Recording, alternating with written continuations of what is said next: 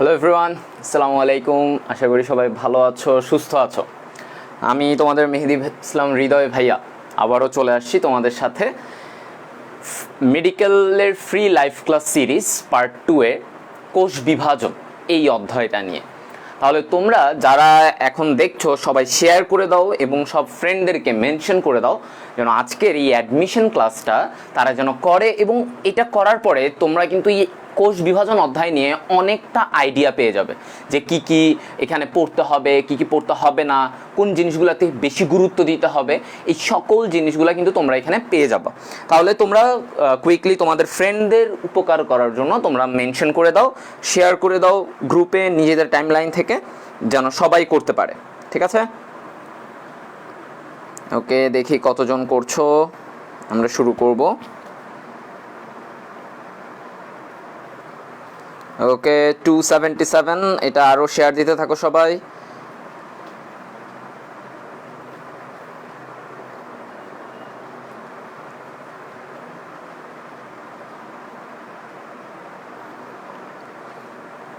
সবাই সবাই সবাইকে ডাকো। সবাই আসসালামু আলাইকুম দিচ্ছ। ওয়ালাইকুম আসসালাম। সবাই আশা করি সুস্থ আছো, ভালো আছো। ফ্রেন্ডদেরকে জানিয়ে দাও। 277 দেখাচ্ছে।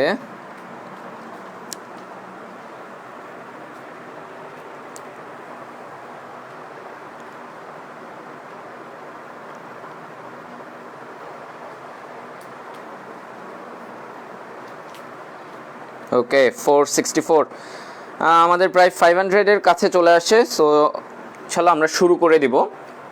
তো তোমরা মেনশন করতে থাকো, সবাইকে জানাতে থাকো, সবাই যেন ক্লাসটা করে। এবং তোমরা জানো কিন্তু এটার উপরে কিন্তু তোমাদের কি হবে, নেক্সট দিন মানে কালকে কিন্তু এই চ্যাপ্টারের উপরে তোমাদের এক্সাম হবে, এবং ওইখানে যারা টপ করবা, টপ 100-তে থাকবা, তাদের কিন্তু ডিসকাউন্ট, এই টার্গেট ডিএমসি কোর্সে তোমরা একটা ডিসকাউন্ট পাবা, এবং এটা কিন্তু তোমাদের জন্য খুবই লাভজনক হবে। যারা সবার চেষ্টা থাকতে হবে যে তোমরা সবাই এক্সামে অ্যাপিয়ার করে যদি ওই ডিসকাউন্টটা লুফে নিয়ে তোমরা তোমাদের মেধাবৃত্তি, তোমাদের মেধার বিকাশ ঘটিয়ে তোমাদের মেধার মাধ্যমে তুমি একটা কিছু অর্জন করে নিলা, এটাই কিন্তু তোমার ফার্স্ট অর্জন, তাই না? এই এই এই ছোট্ট অর্জনটা যে আমি টার্গেট ডিএমসি কোর্সে আমি ঢুকতে পারবো, আমার মেধা দিয়ে, আমাকে কেউ করুণা করছে না, আমাকে মেধা দিয়ে আমি ঢুকতে পারছি, এটাই ফার্স্ট অ্যাচিভমেন্ট। ছোট অ্যাচিভমেন্ট, বাট এটা অনেক বড় একটা রোল প্লে করবে তোমার জীবনের জন্য। এবং এরপরে তুমি আবার টার্গেট ডিএমসি কোর্সে আবার ওইখানে গিয়ে তুমি আরও ভালো করবা, এবং অ্যাট দ্য এন্ড তুমি তোমার স্বপ্নের দ্বার প্রান্তে পৌঁছাতে পারবা, তখন তোমার জন্য আরও ভালো লাগা কাজ করবে। সো ইনশাল্লাহ আমরা অনেক ভালো কিছু শিখবো, ভালো আরও পড়বো। সো সবাই শেয়ার করে দাও, মেনশন করে দাও। এখন অনেকে সালাম দিচ্ছ, ওয়ালাইকুম আসসালাম, সবার রিপ্লাই আমি দিয়ে দিলাম। তো দেখো আমরা স্টার্ট করি হ্যাঁ চ্যাপ্টারে। এবং এই চ্যাপ্টারটা থেকে কিন্তু আমাদের অ্যাডমিশনে মানে তুমি দুইটা কোয়েশ্চেন, একটা থেকে দুইটা কিছু না কিছু পাবা। মানে এই চ্যাপ্টারটা কি স্কিপই করে না। তোমার মনে হতে পারে ভাই চ্যাপ্টারটা তো ছোট, কিন্তু এই ছোট চ্যাপ্টারে এত ইনফরমেশন আছে, এত মানে নিখুঁত ইনফরমেশন, যে এইটা জায়গা থেকে যদি তুমি একটু ওলট পালট দিয়ে দাও তোমার কিন্তু অ্যান্সারটা ভুল হয়ে যাবে এবং তুমি কনফিউজড হয়ে যেতে পারো।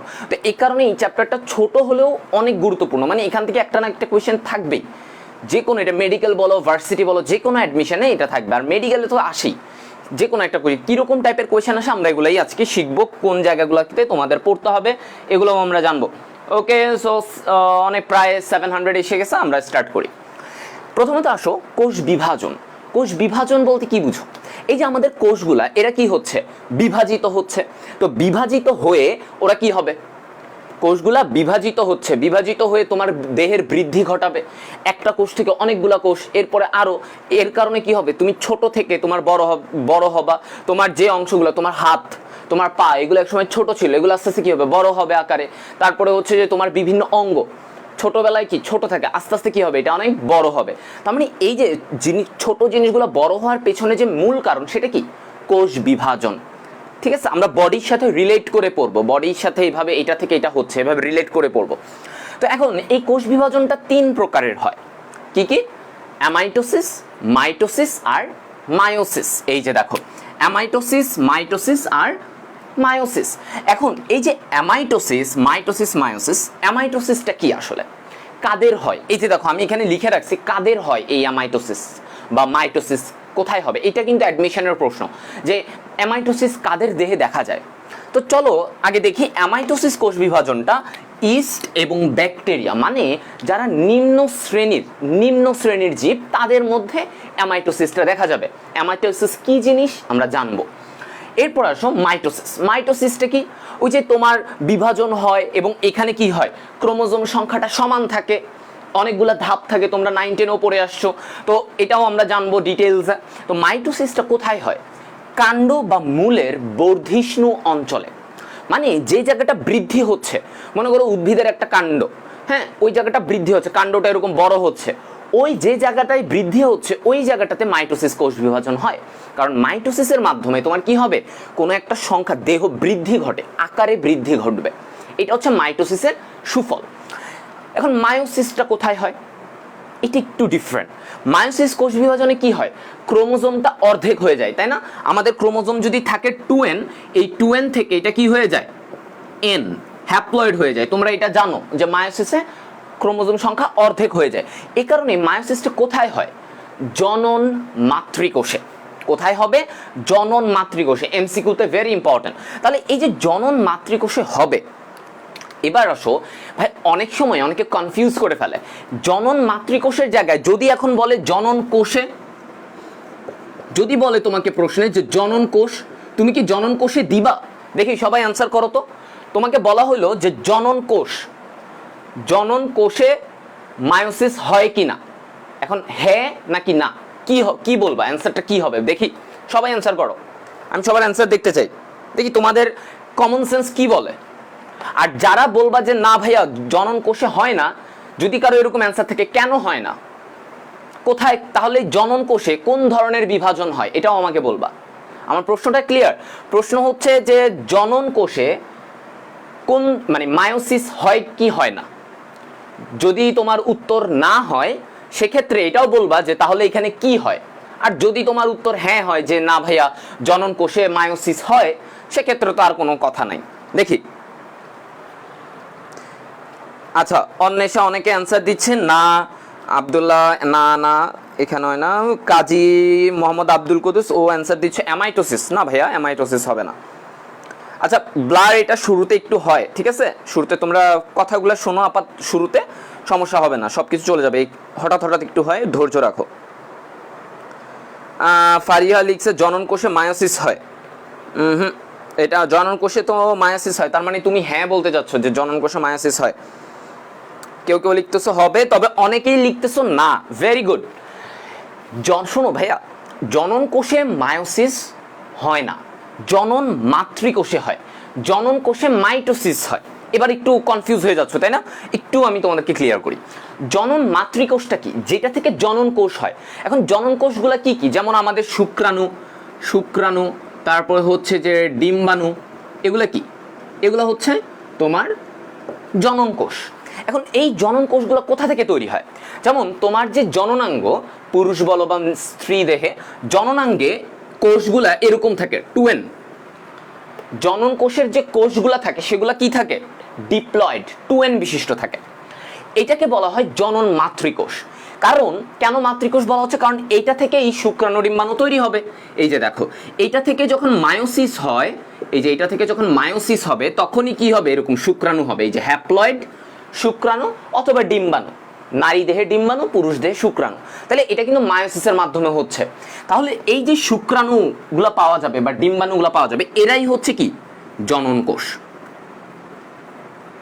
এখন এদের এখানে কি মায়োসিস হবে, জনন কোষে কি মায়োসিস হবে? তাহলে কি হইতো খেয়াল করো, এখানে যদি মানে জনন কোষে, যারা অনেকের মাথায় ঘুরতেছে যে হবে, তো এই খেয়াল করো, এখানে যদি মায়োসিস হইতো, এই জনন কোষে মায়োসিস হইতো, তো জনন কোষ কিন্তু আগে থেকেই n সংখ্যক, তখন কি হইতো, ওর এটা n/2 হয়ে যেত না, বলো? কারণ আমরা জানি মায়োসিসে সবসময় ক্রোমোজোম সংখ্যা অর্ধেক হয়। তাহলে তোমাদের কথা অনুযায়ী তোমরা যদি বলো যে জনন কোষে মায়োসিস হবে, সেক্ষেত্রে কি হয়ে যেত, ক্রোমোজোমটা আবার অর্ধেক হয়ে গেলে n/2 হয়ে যেত না? এটা কি হয় সম্ভব n/2 হওয়া? সম্ভব না। তার মানে জনন কোষে তোমার মায়োসিস হওয়া সম্ভব না। সেখানে কি হবে, এখানে কি হবে, মাইটোসিস হবে। কেন এখানে মাইটোসিস কেন হবে, দেখো মাইটোসিস হতেই পারে জনন কোষের বৃদ্ধি, মানে এই একটা শুক্রাণু থেকে আরো একটা শুক্রাণু, আরো দুইটা এরকম শুক্রাণু হলো, সমস্যা কি, বৃদ্ধি হচ্ছে, জনন কোষের সংখ্যা বাড়তেছে। তাহলে এখান থেকে কিন্তু দেখো এখানে কিন্তু ক্রোমোজোম সংখ্যা অর্ধেক হয় না। তোমরা জানো যে মাইটোসিসে ক্রোমোজোম সংখ্যা কি অর্ধেক হয়, হয় না। তাহলে এখানে কি এই যে এন এন, দেখো তার মানে জনন কোষে আমার মাইটোসিস সম্ভব, কারণ এখানে ক্রোমোজোম সংখ্যা অর্ধেক হচ্ছে না। ক্রোমোজোম সংখ্যা মানে তোমার এখানে জনন কোষের সংখ্যাটা বাড়তে পারে কিন্তু ক্রোমোজোম অর্ধেক হবে না, ঠিক আছে। তো এই কারণে মায়োসিসটা হয় এই জনন মাতৃকোষে, যেখান থেকে ক্রোমোজোম অর্ধেক হয়, কিন্তু জনন কোষে মাইটোসিস হয়। এই প্রশ্নটা আমাদের অনেকেরই আনক্লিয়ার থাকে, মানে এই ধরনের কনসেপ্টটা। তাহলে এখন কি তোমরা বুঝতে পারছো?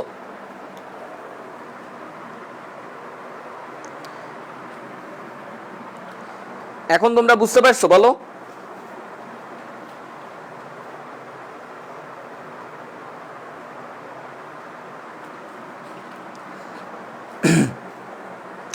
দেখি তোমরা ক্লিয়ার কিনা, এই জিনিসটা ক্লিয়ার যে কাদের জনন কোষে কেন মাইটোসিস হবে আর জনন মাতৃকোষে কেন মায়োসিস হবে, দুইটা এখন থেকে কি আর ইয়ে করবা, কনফিউজ করবা? ওকে, সবাই অনেকে লিখতেছো, বুঝতে পারছো, clear clear, okay fine, very good, সবাই বুঝে ফেলছো, বাহ ব্রিলিয়ান্ট। তাহলে যাদের ওই যে কনফিউশন ছিল যে ভাইয়া এই যে এই জনন মাতৃকোষে মানে জনন কোষেও মায়োসিস হবে, তারা কি বুঝতে পারছো কেন মায়োসিস হবে না? কারণ ভাইয়া তোমাদের কথা অনুযায়ী যদি জনন কোষে মায়োসিস হয় তখন ক্রোমোজোম সংখ্যা এমন হয়ে যাবে n/2, যেটা সম্ভব না, তাই না? তো এখানে হওয়া সম্ভব না, এখানে মাইটোসিস হওয়া সম্ভব, যেখানে ক্রোমোজোম সংখ্যা সমান থাকে। ওকে গুড, ওকে ফাইন, তাহলে আমরা বুঝতে পারলাম এটা। এবার আসো তাহলে আমরা অ্যামাইটোসিস নিয়ে একটু জানবো। হ্যাঁ, অ্যামাইটোসিসের ব্যাপারটা নিয়ে জানবো। অ্যামাইটোসিসে কি হয়, অ্যামাইটোসিস বিভাজনটা কি, খুবই সিম্পল। তোমাকে অ্যাডমিশনে কিন্তু প্রক্রিয়া আসবে না, তোমাকে এর ভিতরের পয়েন্টগুলো আসবে যে অ্যামাইটোসিস কাদের হয়, অ্যামাইটোসিসে যদি কোনো গুরুত্বপূর্ণ নাম থাকে সেগুলো আসবে। তো অ্যামাইটোসিস মূলত কিরকম, এটা একটু খুবই নর্মাল, মানে দুইটা ভাগ হয়ে যায়। মনে করো এটা একটা কোষ ছিল, এই কোষটা এরকম কি হচ্ছে দেখো, ও মাঝখান দিয়ে এভাবে ভাঁজ হল, এই যে দেখো কি হলো, মাঝখান দিয়ে একটা ভাঁজ হয়ে নিউক্লিয়াসটাকে ভাগ করে দিল। এই যে দুই পাশে নিউক্লিয়াস চলে গেছে, যে মাঝখানে ভাগ হয়ে গেছে, ভাঁজ হয়ে যাওয়ার পরে এরপরে ওরা আলাদা দুইটা কোষ হয়ে গেছে, এই যে শেষ। মানে অ্যামাইটোসিস খুবই নর্মাল, মানে দুইটা ভাগ হয়ে যাওয়া। আমি মনে করি এই মার্কারটাকে আমি দুইটা ভাগ করে দিলাম, শেষ, এটাই অ্যামাইটোসিস। তো এই ব্যাকটেরিয়া, ইস্ট যারা নিম্ন শ্রেণী তাদের কিন্তু এই অ্যামাইটোসিসটাই হয়ে থাকে, ঠিক আছে। ওকে, এবার আসো তাহলে অ্যামাইটোসিস তো গেল, এবার এরপরে হচ্ছে মাইটোসিস, মায়োসিস, এগুলো নিয়ে জানবো। কিন্তু এখানে একটা ইম্পর্টেন্ট ব্যাপার আছে, একটা বড় কনসেপ্টের ব্যাপার আছে, যেটা তোমরা আগে শিখো নাই, ঠিক আছে। তো আমি এখন এই জিনিসটা শিখাবো, তোমরা আরেকটু মেনশন করে দাও সবাইকে, কারণ এখন যে জিনিসটা বুঝাবো সেটা আমার কথাগুলো খুব ক্লিয়ারলি শুনবা।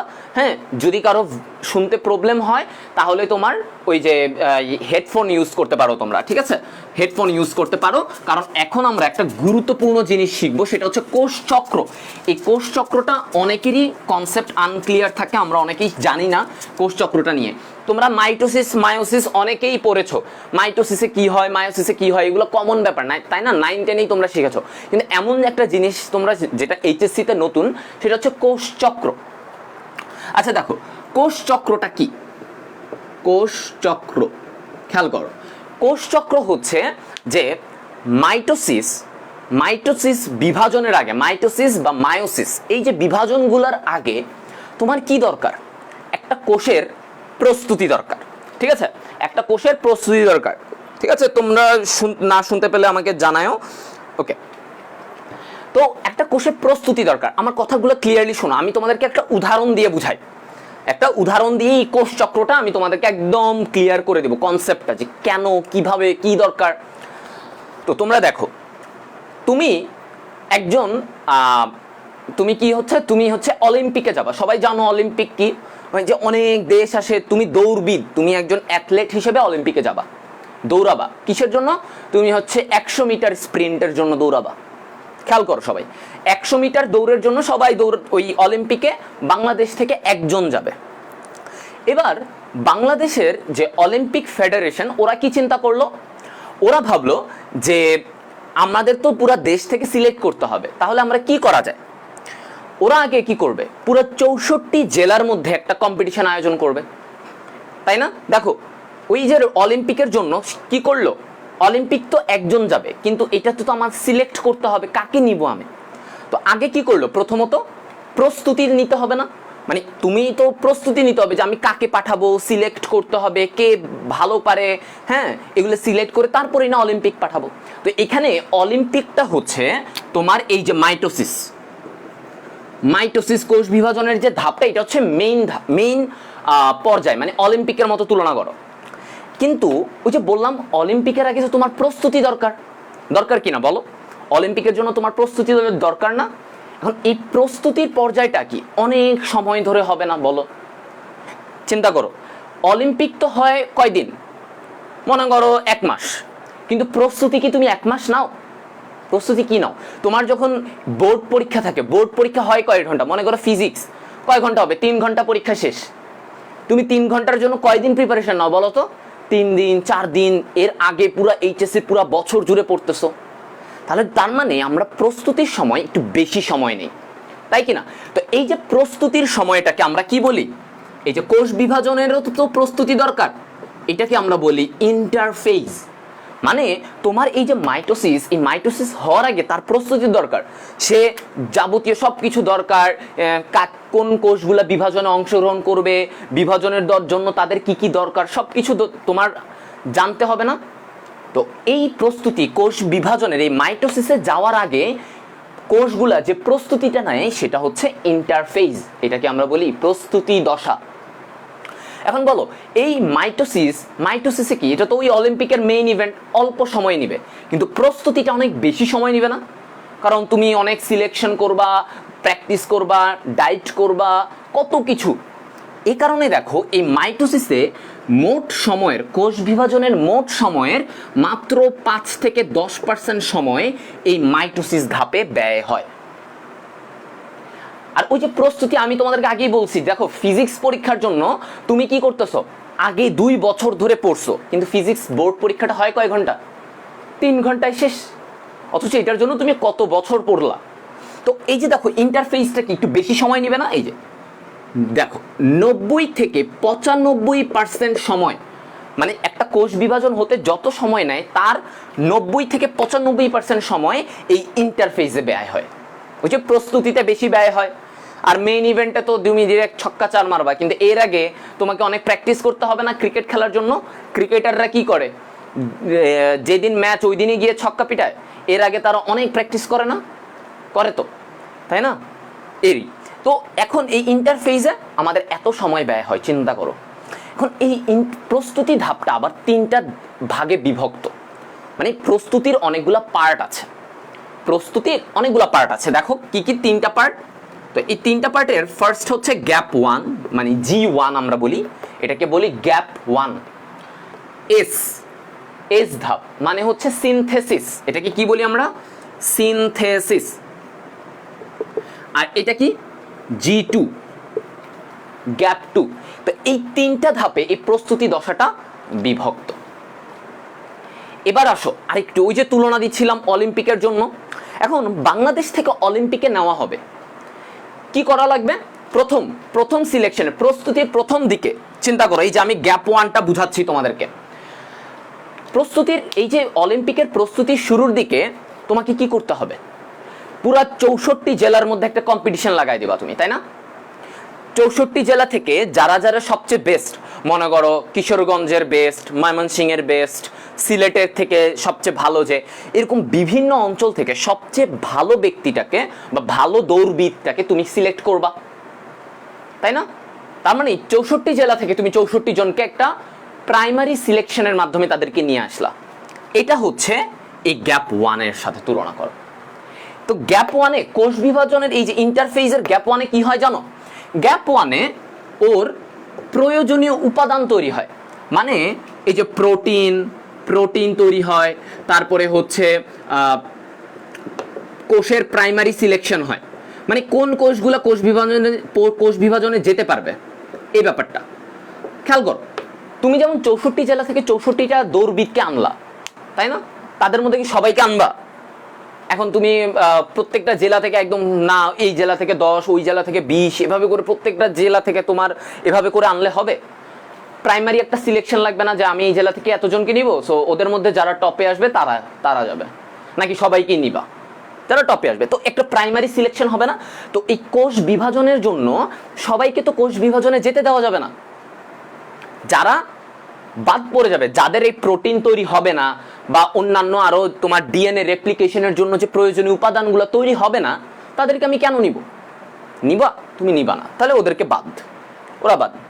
তাহলে এটা হচ্ছে গ্যাপ ওয়ান। তাহলে গ্যাপ ওয়ানে তোমার প্রয়োজনীয় উপাদানগুলো তৈরি হয়, প্রোটিন তৈরি হয়, এরপরে ডিএনএ রেপ্লিকেশনের জন্য প্রয়োজনীয় উপাদানগুলো তৈরি হয়, তৈরি হয়ে তারপরে হচ্ছে ওদেরকে সিলেক্ট করা হয়। যাদের পর্যাপ্ত তৈরি হবে তারা কোষ পরের ধাপে যাইতে পারবে, আর যাদের হবে না তারা এইখানে বাদ। ওই যেমন ডিস্ট্রিক্ট লেভেলে তুমি বাদ দিয়ে দিছো, যারা প্রথম 3 জনের পরে যারা আসছে, চতুর্থ, পঞ্চম, 20তম, 30তম, তাদেরকে বাদ দিয়ে দিছো, ওদেরকে দিয়ে আমি কি করব, তাই না? তো ওরা এরকম, বুঝা গেল? গ্যাপ ওয়ান পর্যন্ত। গ্যাপ ওয়ানে কি হচ্ছে? প্রস্তুতির একদম প্রথম ধাপটাতে কি হচ্ছে, এই যে প্রথম ধাপ, এটা হচ্ছে নাম্বার 1, এটাতে কি হচ্ছে বুঝা গেল? সিলেকশন। ওই যে আমি তুলনা দিচ্ছি, কিন্তু আমি তোমাদেরকে তুলনা দিয়ে এটা দিয়ে আমি বুঝাচ্ছি অলিম্পিকের ওই ইভেন্টের সাথে, ঠিক আছে? অলিম্পিকের আগে যে প্রস্তুতি, এটা সবাই ক্লিয়ার হচ্ছে কিনা বলো?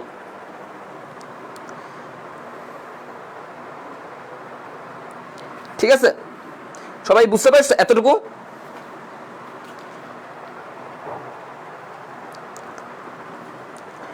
ওকে, তো এখন এবার আসো G1 তো বুঝা গেল, G1 হলো। এখন G1 কত পার্সেন্ট সময় ব্যয় হয়? এই লাইনগুলো, এই পার্সেন্টেজের টাইমগুলো তোমাদের জন্য খুবই গুরুত্বপূর্ণ। G1 30 থেকে 40% সময়, মানে এই যে ইন্টারফেজে তো 90 থেকে 95, তো এর মধ্যে 30 থেকে 40% সময় এই G1 ব্যয় হয়। চিন্তা করো কতটা, কারণ এটা তো একটু টাইম নিবে, তাই না? তুমি 64, ওই যে আমি তোমাদেরকে যে উদাহরণটা দিলাম ওইটা দিয়েই মনে করো 64 জেলা থেকে সিলেক্ট করতে একটু টাইম লাগবে না? এটা কি দ্রুত ধুপধাপ হয়ে যাবে? এটা সম্ভব না, একটু টাইম লাগবে। প্রাইমারি সিলেকশন সবসময় একটু টাইম নেয়। আচ্ছা, তো প্রাইমারি সিলেকশন তুমি করলা, এরপরে কি? এই যে প্রাইমারি সিলেকশন তুমি করলা, এরপরে দরকার কি? এস ফেজে যাবে। আচ্ছা, এটা হচ্ছে দ্বিতীয় ধাপ, মানে এই প্রস্তুতি পর্যায়ের দ্বিতীয় ধাপ। এবার তোমরা ভাই চিন্তা করো, ওই যে 64 জেলা থেকে 64 জনকে সিলেক্ট করলো, এবার তাদেরকে ঢাকায় নিয়ে আসা হলো ট্রেনিং দেওয়ার জন্য। তাদেরকে ঢাকায় নিয়ে আসছে। এই ঢাকায় আনার পরে এই 64 জনকে কি করবে? ট্রেনিং দেওয়াবে, অনেক ডাইট করাবে, ওদেরকে প্রশিক্ষণ দিবে, কত কিছু ওদের জন্য করবে না বলো? ওদেরকে মনে করো প্রায় 2 মাস ওদেরকে ট্রেনিং দেওয়ালো, প্রচুর ট্রেনিং, দৌড় করাইলো, এটা করাইলো, ব্যায়াম করাইলো, বিভিন্নভাবে, হ্যাঁ, বিভিন্ন সরঞ্জাম দিয়ে জিম করালো, সব কিছু করাইলো। করাবে না? তো দরকার কি না এটা তাদের জন্য? আচ্ছা, তো এই যে পার্টটা, এটাকে তুলনা করো হচ্ছে এস ধাপে। এই এস ধাপে কি হবে? যারা ওই যে প্রাইমারি সিলেকশনে সিলেক্টেড, মানে ওরা নির্বাচিত হয়ে গেছে, ওরা যোগ্য, এরা এসে এস ফেজে এসে ওদের কি হবে? ডিএনএ রেপ্লিকেশন হয়। ইম্পর্টেন্ট, ওদের কি হবে? ডিএনএ রেপ্লিকেশন হবে। এস ফেজে এসে ওদের ডিএনএ রেপ্লিকেশন হবে। এটাও ইম্পর্টেন্ট যে ডিএনএ রেপ্লিকেশন কোন ধাপে হয়, কি বলবা? এস ধাপে। ওই যে ডিএনএ রেপ্লিকেশনটাকে তুমি চিন্তা করো, ওই যে আমি বললাম 64 জনকে ঝালাই করবে, ওদেরকে সবকিছু ট্রেনিং দেওয়া হবে, অনেক প্রশিক্ষণ দিয়ে ওদেরকে একদম ভালো মজবুত করে তুলবে। এটা হচ্ছে এই এস ধাপে। এই এস ধাপে তার মানে কোষের এই এস ধাপে কি হবে? ডিএনএ রেপ্লিকেশন, ডিএনএ ভাগ হবে, ডিএনএ বাড়তেছে, 1টা থেকে 2টা, 2টা থেকে 4টা, এরকম করে ডিএনএ রেপ্লিকেশন হচ্ছে। এবার আবার আসো ওই অলিম্পিকের ইভেন্টের ওইখানে, আমি 64 জনকে অনেক ট্রেনিং দিলাম, দেওয়ার পরে এবার তুমি কি করবা বলো তো? এদেরকে তো দিলা, এবার দেওয়ার পরে ওদেরকে কি করবা? হ্যাঁ, তুমি অলিম্পিকে কি 64 জনকে পাঠাবা? 64 জনকে তো পাঠানো যাবে না। কাকে পাঠাবা? কয়জনকে পাঠাবা? একজন। এবার কি করতে হবে দেখো, ফাইনাল সিলেকশন। এটাকে আমরা বলছি যে G2, এই কোষ বিভাজনের G2। দেখো G2 তে তোমার ফাইনাল সিলেকশন হয় যে কারা যাবে কারা যাবে না। খেয়াল করো, ওই যে 64 জনের মধ্যে একটা তুমি যখন এখন অলিম্পিকে পাঠাতে যাবা, 64 জনের মধ্যে কম্পিটিশন লাগাইলা, 64 জনের মধ্যে যে ফার্স্ট হবে তাকে তুমি অলিম্পিকে পাঠাবা, তাই কিনা বলো? এটাই তো করবা।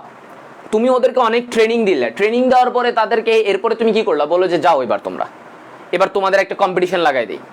এখন এর মধ্যে যে ফার্স্ট হবে তাকে অলিম্পিকে পাঠাইলা, বাকিদেরকে কি করবা, যে তোমরা দেশে থাকো, তোমরা নেক্সট ইয়ারের জন্য চেষ্টা করতে থাকো, এটাই তো হবে। নাকি তুমি 64 জনকে অলিম্পিকে পাঠাবা? পসিবল না, একজনকে। তাহলে এই যে কোষ বিভাজনের এই যে এখান থেকে যখন প্রাইমারি সিলেকশন হইলো, ওদের ডিএনএ রেপ্লিকেশন হইলো প্রত্যেকের, এরপরে তাদের ফাইনাল সিলেকশন হবে যে এরপরেও কি আমি তাদেরকে পাঠাবো মাইটোসিস ধাপে, এই যে মেইন দশা যেটাকে আমি অলিম্পিকের সাথে তুলনা করতেছিলাম। তো এই জায়গা থেকে এই G2 থেকে এখানে কারা যাবে সেটার জন্য একটা ফাইনাল সিলেকশন এখানে হয়। এখন এই ফাইনাল সিলেকশন কিভাবে করে ভাইয়া? অলিম্পিকেরটা না হয় বুঝলাম যে যারা যে ফার্স্ট হবে তাকে দিবে, কিন্তু এখানে ফাইনাল সিলেকশন কিভাবে করবে, তাই না?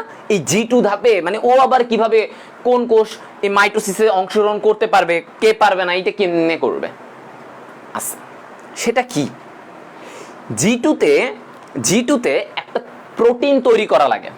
দেখো এটা ইন্টারেস্টিং এই ব্যাপারটা। এটা হচ্ছে ম্যাচুরেশন, এই প্রোটিনটার নাম maturation promoting factor, very important, maturation promoting factor. এটা হচ্ছে MPF, maturation promoting factor, MPF। এই প্রোটিনটা যাদের থাকবে তারা G2 থেকে মাইটোসিসে যেতে পারবে। খেয়াল করো, এই G2 থেকে মাইটোসিসে যেতে হলে ওর দরকার পর্যাপ্ত পরিমাণে তৈরি হইতে হবে এই ম্যাচুরেশন প্রমোটিং ফ্যাক্টর।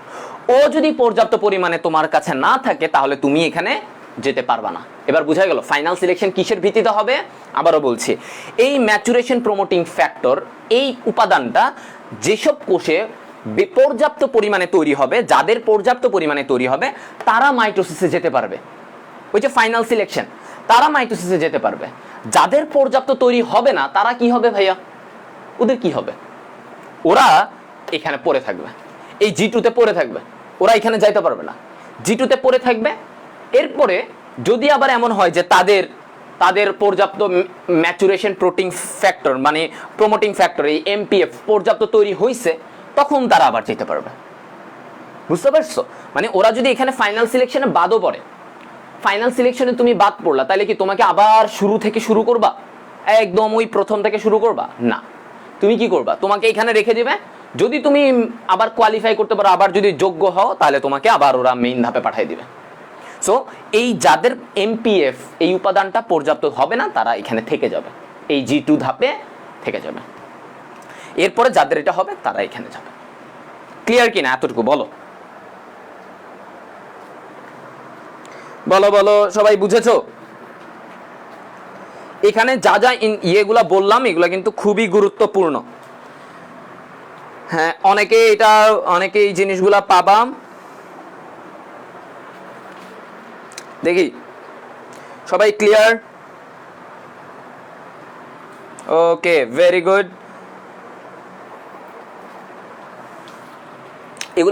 এগুলা তোমাদেরকে শিখতে হবে, ঠিক আছে? এগুলা বেশি এগুলা বুঝে যদি না যাও তাহলে অনেক টাফ হয়ে যাবে। এখন তাহলে এই তো গেল। এবার আসো যে এদের টাইমিংটা তোমাদের জানতে হবে। যেমন S ধাপে কতটুকু সময় নেয়?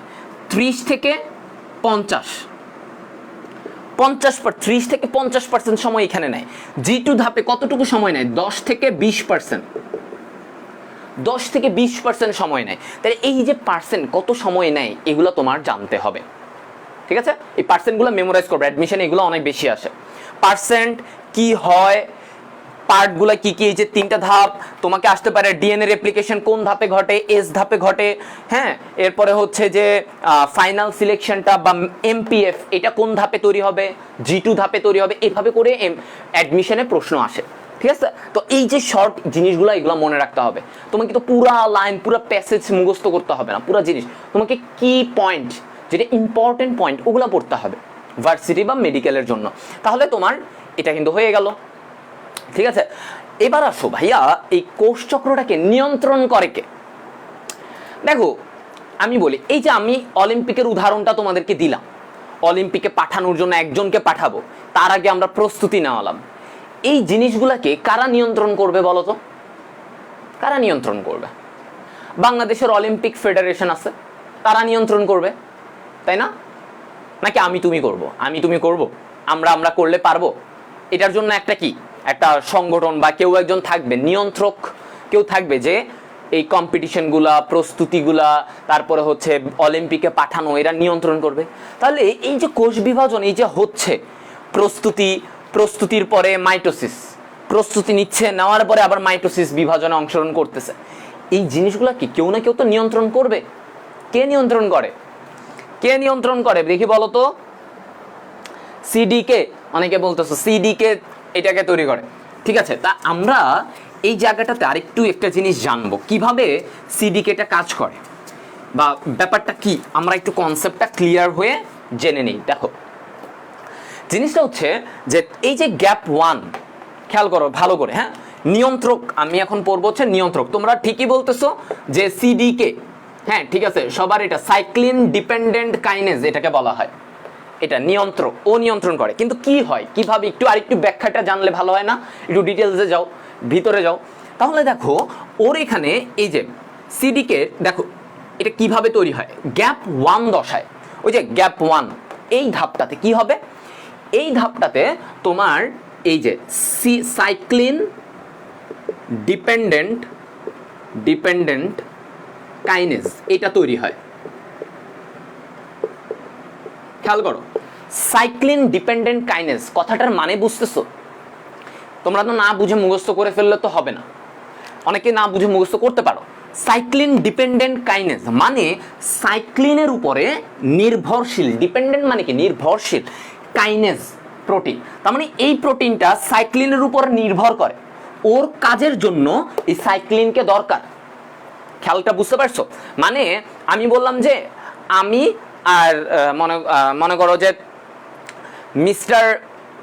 মিস্টার ফারহান আর মিস্টার ফারদিন, এই দুজন হচ্ছে বেস্ট ফ্রেন্ড, ধরে নাও। এখানে ফারহান ফারদিন কেউ থাকলে জানাও, হ্যাঁ। আচ্ছা আমার নামটা দুইটা জাস্ট মনে আসলো, ফারহান আর ফারদিন, ওরা হচ্ছে দুইটা ভাই, দুইজন বেস্ট ফ্রেন্ড। এখন বেস্ট ফ্রেন্ড কি একজন আরেকজনকে ছাড়া কাজ করবে না, যাই করবে দুজন মিলে কাজ করবে। এই যে দুইজন মিলে কাজ করবে, তার মানে একজন আরেকজনের উপর নির্ভরশীল। তাহলে এই যে কাইনেজ আর এই সাইক্লিন, এরা হচ্ছে দুজন ভাই, মানে এই যে বেস্ট ফ্রেন্ডের মতো, ওকে ছাড়া ও কাজ করতে পারে না। কাইনেজ ওর উপরে নির্ভরশীল, এই সাইক্লিনের উপরে, যে ভাই আমি তোমাকে ছাড়া আমি কাজ করতে পারবো না। তো এই যে সাইক্লিন ডিপেন্ডেন্ট কাইনেজ, তো এই কাইনেজ প্রোটিনটা কোথায় তৈরি হয়? এই জিনিসটা G1 ধাপে এটা তৈরি হয়ে যায়, হয়ে ও নিয়ন্ত্রণ শুরু করে। কারণ একদম প্রথম ধাপে এখানেই তো ওর তৈরি হওয়া দরকার।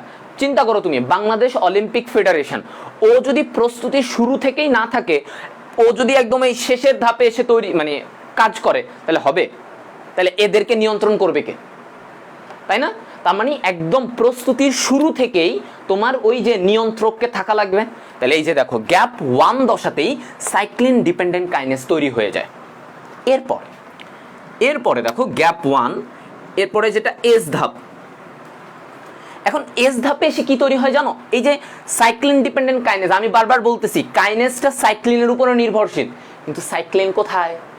সাইক্লিনকে তো দরকার। এই সাইক্লিন প্রোটিনটা এই এস ধাপে তৈরি হয়। দেখো এই এস ধাপে সাইক্লিন তৈরি হয়, মানে এই যে আমি বলতেছিলাম সাইক্লিন ডিপেন্ডেন্ট কাইনেজ, এই কাইনেজের জন্য সাইক্লিন দরকার। এই সাইক্লিনটা দেখো এস ধাপে এসে তৈরি হচ্ছে, হ্যাঁ সাইক্লিন তৈরি হবে। এরপরে ফাইনাল যে ধাপটা, এই যে G2 প্রস্তুতির শেষ পর্যায়ে, G2 তে কি হয় জানো? এই সাইক্লিন আর এই যে সিডিকে, সাইক্লিন ডিপেন্ডেন্ট কাইনেজ, ওরা মিলে এই দেখো ভেরি ইম্পর্টেন্ট এই কনসেপ্টটা, সিডিকে ওরা মিলে কি তৈরি করে, এমপিএফ, ম্যাচুরেশন প্রমোটিং ফ্যাক্টর। এই যে দেখো আমরা বলছিলাম G2 তে কি তৈরি হচ্ছিল, এমপিএফ তৈরি হচ্ছিল না, যেটার কারণে G2 থেকে সে মাইটোসিসে যেতে পারবে।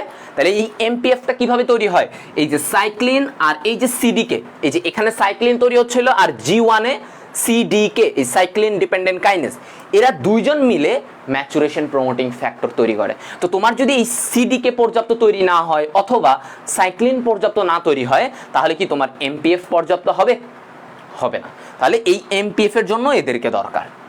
এরপর যখন এই তোমার এমপিএফটা পর্যাপ্ত হবে এই উপাদানটা, তখন তোমার ইজিলি তুমি G2 থেকে একদম মেইন দশা, ওই যে তুমি ফাইনাল সিলেকশন থেকে তুমি ডিরেক্ট অলিম্পিকে, ওই যে দৌড়বিদ, তুমি দৌড়বিদ, এখানে সবাই দৌড়বিদ, হ্যাঁ 600 জন আসছো সবাই দৌড়বিদ, তো তোমরা কি হবে, যদি তুমি এখান থেকে ফাইনাল সিলেকশন মানে ফাইনালে সিলেক্টেড হও, তোমার যদি এমপিএফ পর্যাপ্ত থাকে, তুমি অলিম্পিকে চলে গেলা, মানে মাইটোসিসে চলে গেলা। ঠিক আছে, তাহলে কিন্তু আমরা এটা শিখতে পারলাম কারা নিয়ন্ত্রণ করে, কি হয় প্রত্যেকটা ধাপে, সিডিকে সাইক্লিন, এরপরে G2 ধাপে এমপিএফ কিভাবে তৈরি হয়। ক্লিয়ার? সবাই বলো তো।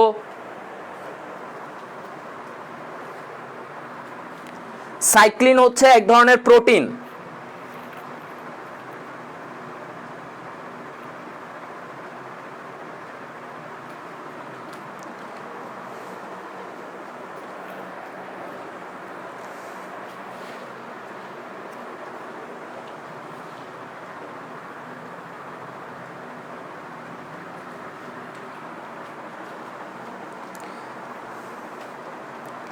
ওকে সবাই বুঝতে পারছো?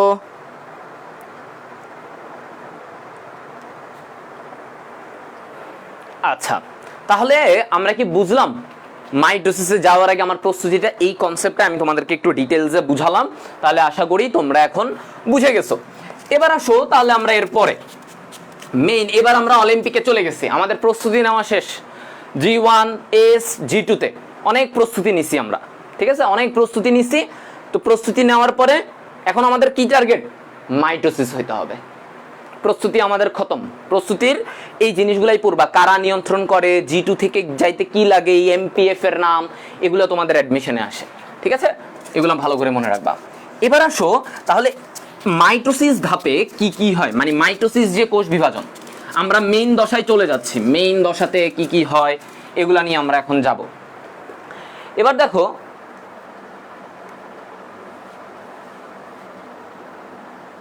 তোমাদের ইয়েটা, তোমরা অনেকে বলছো বইয়ের ব্যাপারটা, আসলে বইয়ের সাথে অনেক কিছু বইয়ে অনেক কিছু একটু ডিফারেন্ট করে দেওয়া, ক্লিয়ারলি ওইভাবে বলে নাই। তো তোমরা বইয়েরটা একদম ওইভাবে, আমি এখানে কনসেপ্টটা যেভাবে একদম অ্যাকচুয়াল কনসেপ্ট ওইভাবে তোমাদেরকে যাচ্ছি। বইয়ে অনেক লাইন এরকম থাকে, ঠিক আছে, বাংলাদেশের অনেক বইয়েই এরকম ক্লিয়ার কনসেপ্ট থাকে না, বলা থাকে না। এই কারণেই তো আমরা তোমাদেরকে ক্লিয়ার কনসেপ্ট দিচ্ছি। বইয়ে যদি সব কিছু ডিটেলসে ব্যাখ্যা করে বলে দিত, সুন্দর করে এটার পরে এইটা হয়, ওটার পরে এইটা হয়, সুন্দর করে যদি বুঝাই দিত, তাহলে তো আমাদের আর ভাইয়াদের লাগতো না, আমাদের আর প্রয়োজন পড়তো না, তাই না? বই পড়েই সবাই আমরা বুঝে ফেলতে পারতাম। কিন্তু আসলে এটা ভালো করে লিখে নাই, এই কারণে বাংলাদেশের বইগুলোতে একটু প্রবলেম হয়। আচ্ছা,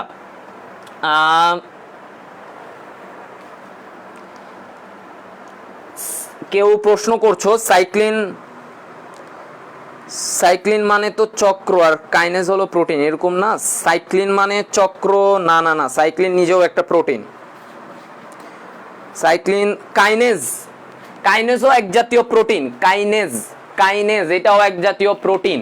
এখানে যা কিছু বলা হচ্ছে এগুলো সবাই হচ্ছে প্রোটিন উপাদান, ঠিক আছে, এরা সবাই হচ্ছে প্রোটিন উপাদান। কাইনেজ, সাইক্লিন এরা হচ্ছে প্রোটিন উপাদান, ঠিক আছে। আর কারো কোনো কোয়েশ্চেন আছে? আমি সবার অ্যান্সারটা দিয়ে দিচ্ছি, সবাই যদি এখনো কনফিউজ থাকতে পারো যে সাইক্লিনও প্রোটিন, কাইনেজও প্রোটিন, এমপিএফ এটাও প্রোটিন, সবগুলো এখানে প্রোটিন, ঠিক আছে, সবগুলা প্রোটিন। এবার আসো তাহলে আমরা আরেকটু যাই, এবার আমরা মাইটোসিস ধাপটাই যাই। হ্যাঁ, মাইটোসিস। তো মাইটোসিসে কি কি হয়? প্রথমত তোমাদেরকে কি লাগবে, এই মাইটোসিসগুলোর মধ্যে তোমাদের মেইন বৈশিষ্ট্যগুলো পড়বা, মেইন বৈশিষ্ট্য কোথায় কি হয়। যেমন দেখো মাইটোসিসের প্রথম ধাপটা কি, প্রোফেজ। আমি তোমাদেরকে এবার মেইন চলে যাচ্ছি প্রোফেজ। প্রোফেজে কি হবে, প্রোফেজে হচ্ছে মূলত জল বিয়োজন। খেয়াল করো সবাই, জল বিয়োজন মানে ক্রোমোজোমগুলা কি হবে, ওদের থেকে জল পানি চলে যাবে। এখন চিন্তা করো ক্রোমোজোম থেকে পানি চলে গেলে ক্রোমোজোমটা কেমন হবে, খেয়াল করো ক্রোমোজোম থেকে যদি পানিটা চলে যায় তাহলে ক্রোমোজোমটা কেমন হয়ে যাবে, মোটা হয়ে যাবে না। এখন তোমরা বলতে পারো ভাইয়া পানি চলে গেলে মোটা কেমন, অনেকের মাথায় এটা ভাইয়া ঢুকতেছে না। পানি চলে গেলে আবার মোটা হয় কিভাবে, মানে ও তো পানি থাকলে আরো মোটা থাকার কথা। আমি তোমাদেরকে একটা উদাহরণ দিয়ে বলি, এটা আমি সব সময় দেই। সেটা হচ্ছে একটা বেলুনকে চিন্তা করো, একটা বেলুনের ভিতরে যদি তুমি মানে ওকে যদি ফুলাও, বেলুনের ভিতরে বাতাসের কারণে কি হবে, বেলুনের প্রাচীরটা এরকম পাতলা হয়ে যাবে না। যখন এটা ফুল তুমি যত বাতাস দিবা বেলুনের প্রাচীরটা পাতলা হবে কিনা বলো, পাতলা হয়ে যাচ্ছে কিন্তু বেলুনের প্রাচীরটা। সেম ভাবে আবার যখন তুমি ওই বেলুন থেকে বাতাসটা বের করে দাও তখন কি হয়, বেলুনটা যখন চুপসে যায় তখন বেলুনের প্রাচীরটা মোটা লাগে কিনা বলো। সবারই এই প্র্যাকটিক্যাল এক্সাম্পল আছে। বেলুনটাকে যখন আমরা ফুলাই তখন বেলুনের প্রাচীরটা এত পাতলা হয়ে যায়, কিন্তু এই বেলুনকে যখন আমরা বাতাসটা বের করে দেই তখন আবার বেলুনের প্রাচীরটা অনেক মোটা দেখায়। সেম ব্যাপারটা ক্রোমোজোমে চিন্তা করো, পানি যখন ওর ভিতরে ঢুকতেছে, ওই যে বেলুনে যেমন বাতাস ঢুকলে বেলুনের ইয়েটা পাতলা হয়ে যায়, ক্রোমোজোমের ব্যাপারটাও সেম, একটু পাতলা হয়ে যায়। আর ক্রোমোজোমে যখন আবার পানি মানে বের হয়ে যায়, ওই যে বেলুনের থেকে যেমন বাতাস বের হয়ে গেলে বেলুনটা একটু মোটা হয়ে যায় বেলুনের প্রাচীরটা, সেম ভাবে ক্রোমোজোম থেকে পানিটা বের হয়ে গেলে এটারও একটু এরকম চেপে যায়, চুপসে যায়। চুপসে গেলে কি হয়, যে বেলুন যেমন চুপসে গেলে একটু মোটা লাগে, এই ক্রোমোজোমকেও চুপসে গেলে একটু মোটা লাগে, তখন সংকুচিত হয়ে যায়, এরকম চেপে যায়, ঠিক আছে, তখন ওকে মোটা লাগে এবং দেখতে মানে দৃষ্টিগোচর হয়, দেখা যায়। বুঝতে পারছো সবাই, এই উদাহরণটা ক্লিয়ার?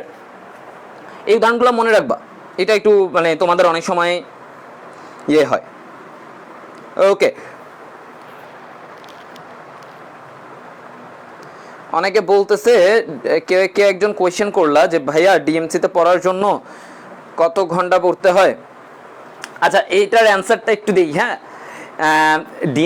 ডিএমসিতে পড়তে গেলে মানে যদি চান্স পেতে চাও, আচ্ছা পড়া তো পরে, চান্স পাওয়ার জন্য কত আওয়ার পড়াটা এটা আসলে অনেক হাস্যকর শোনাবে।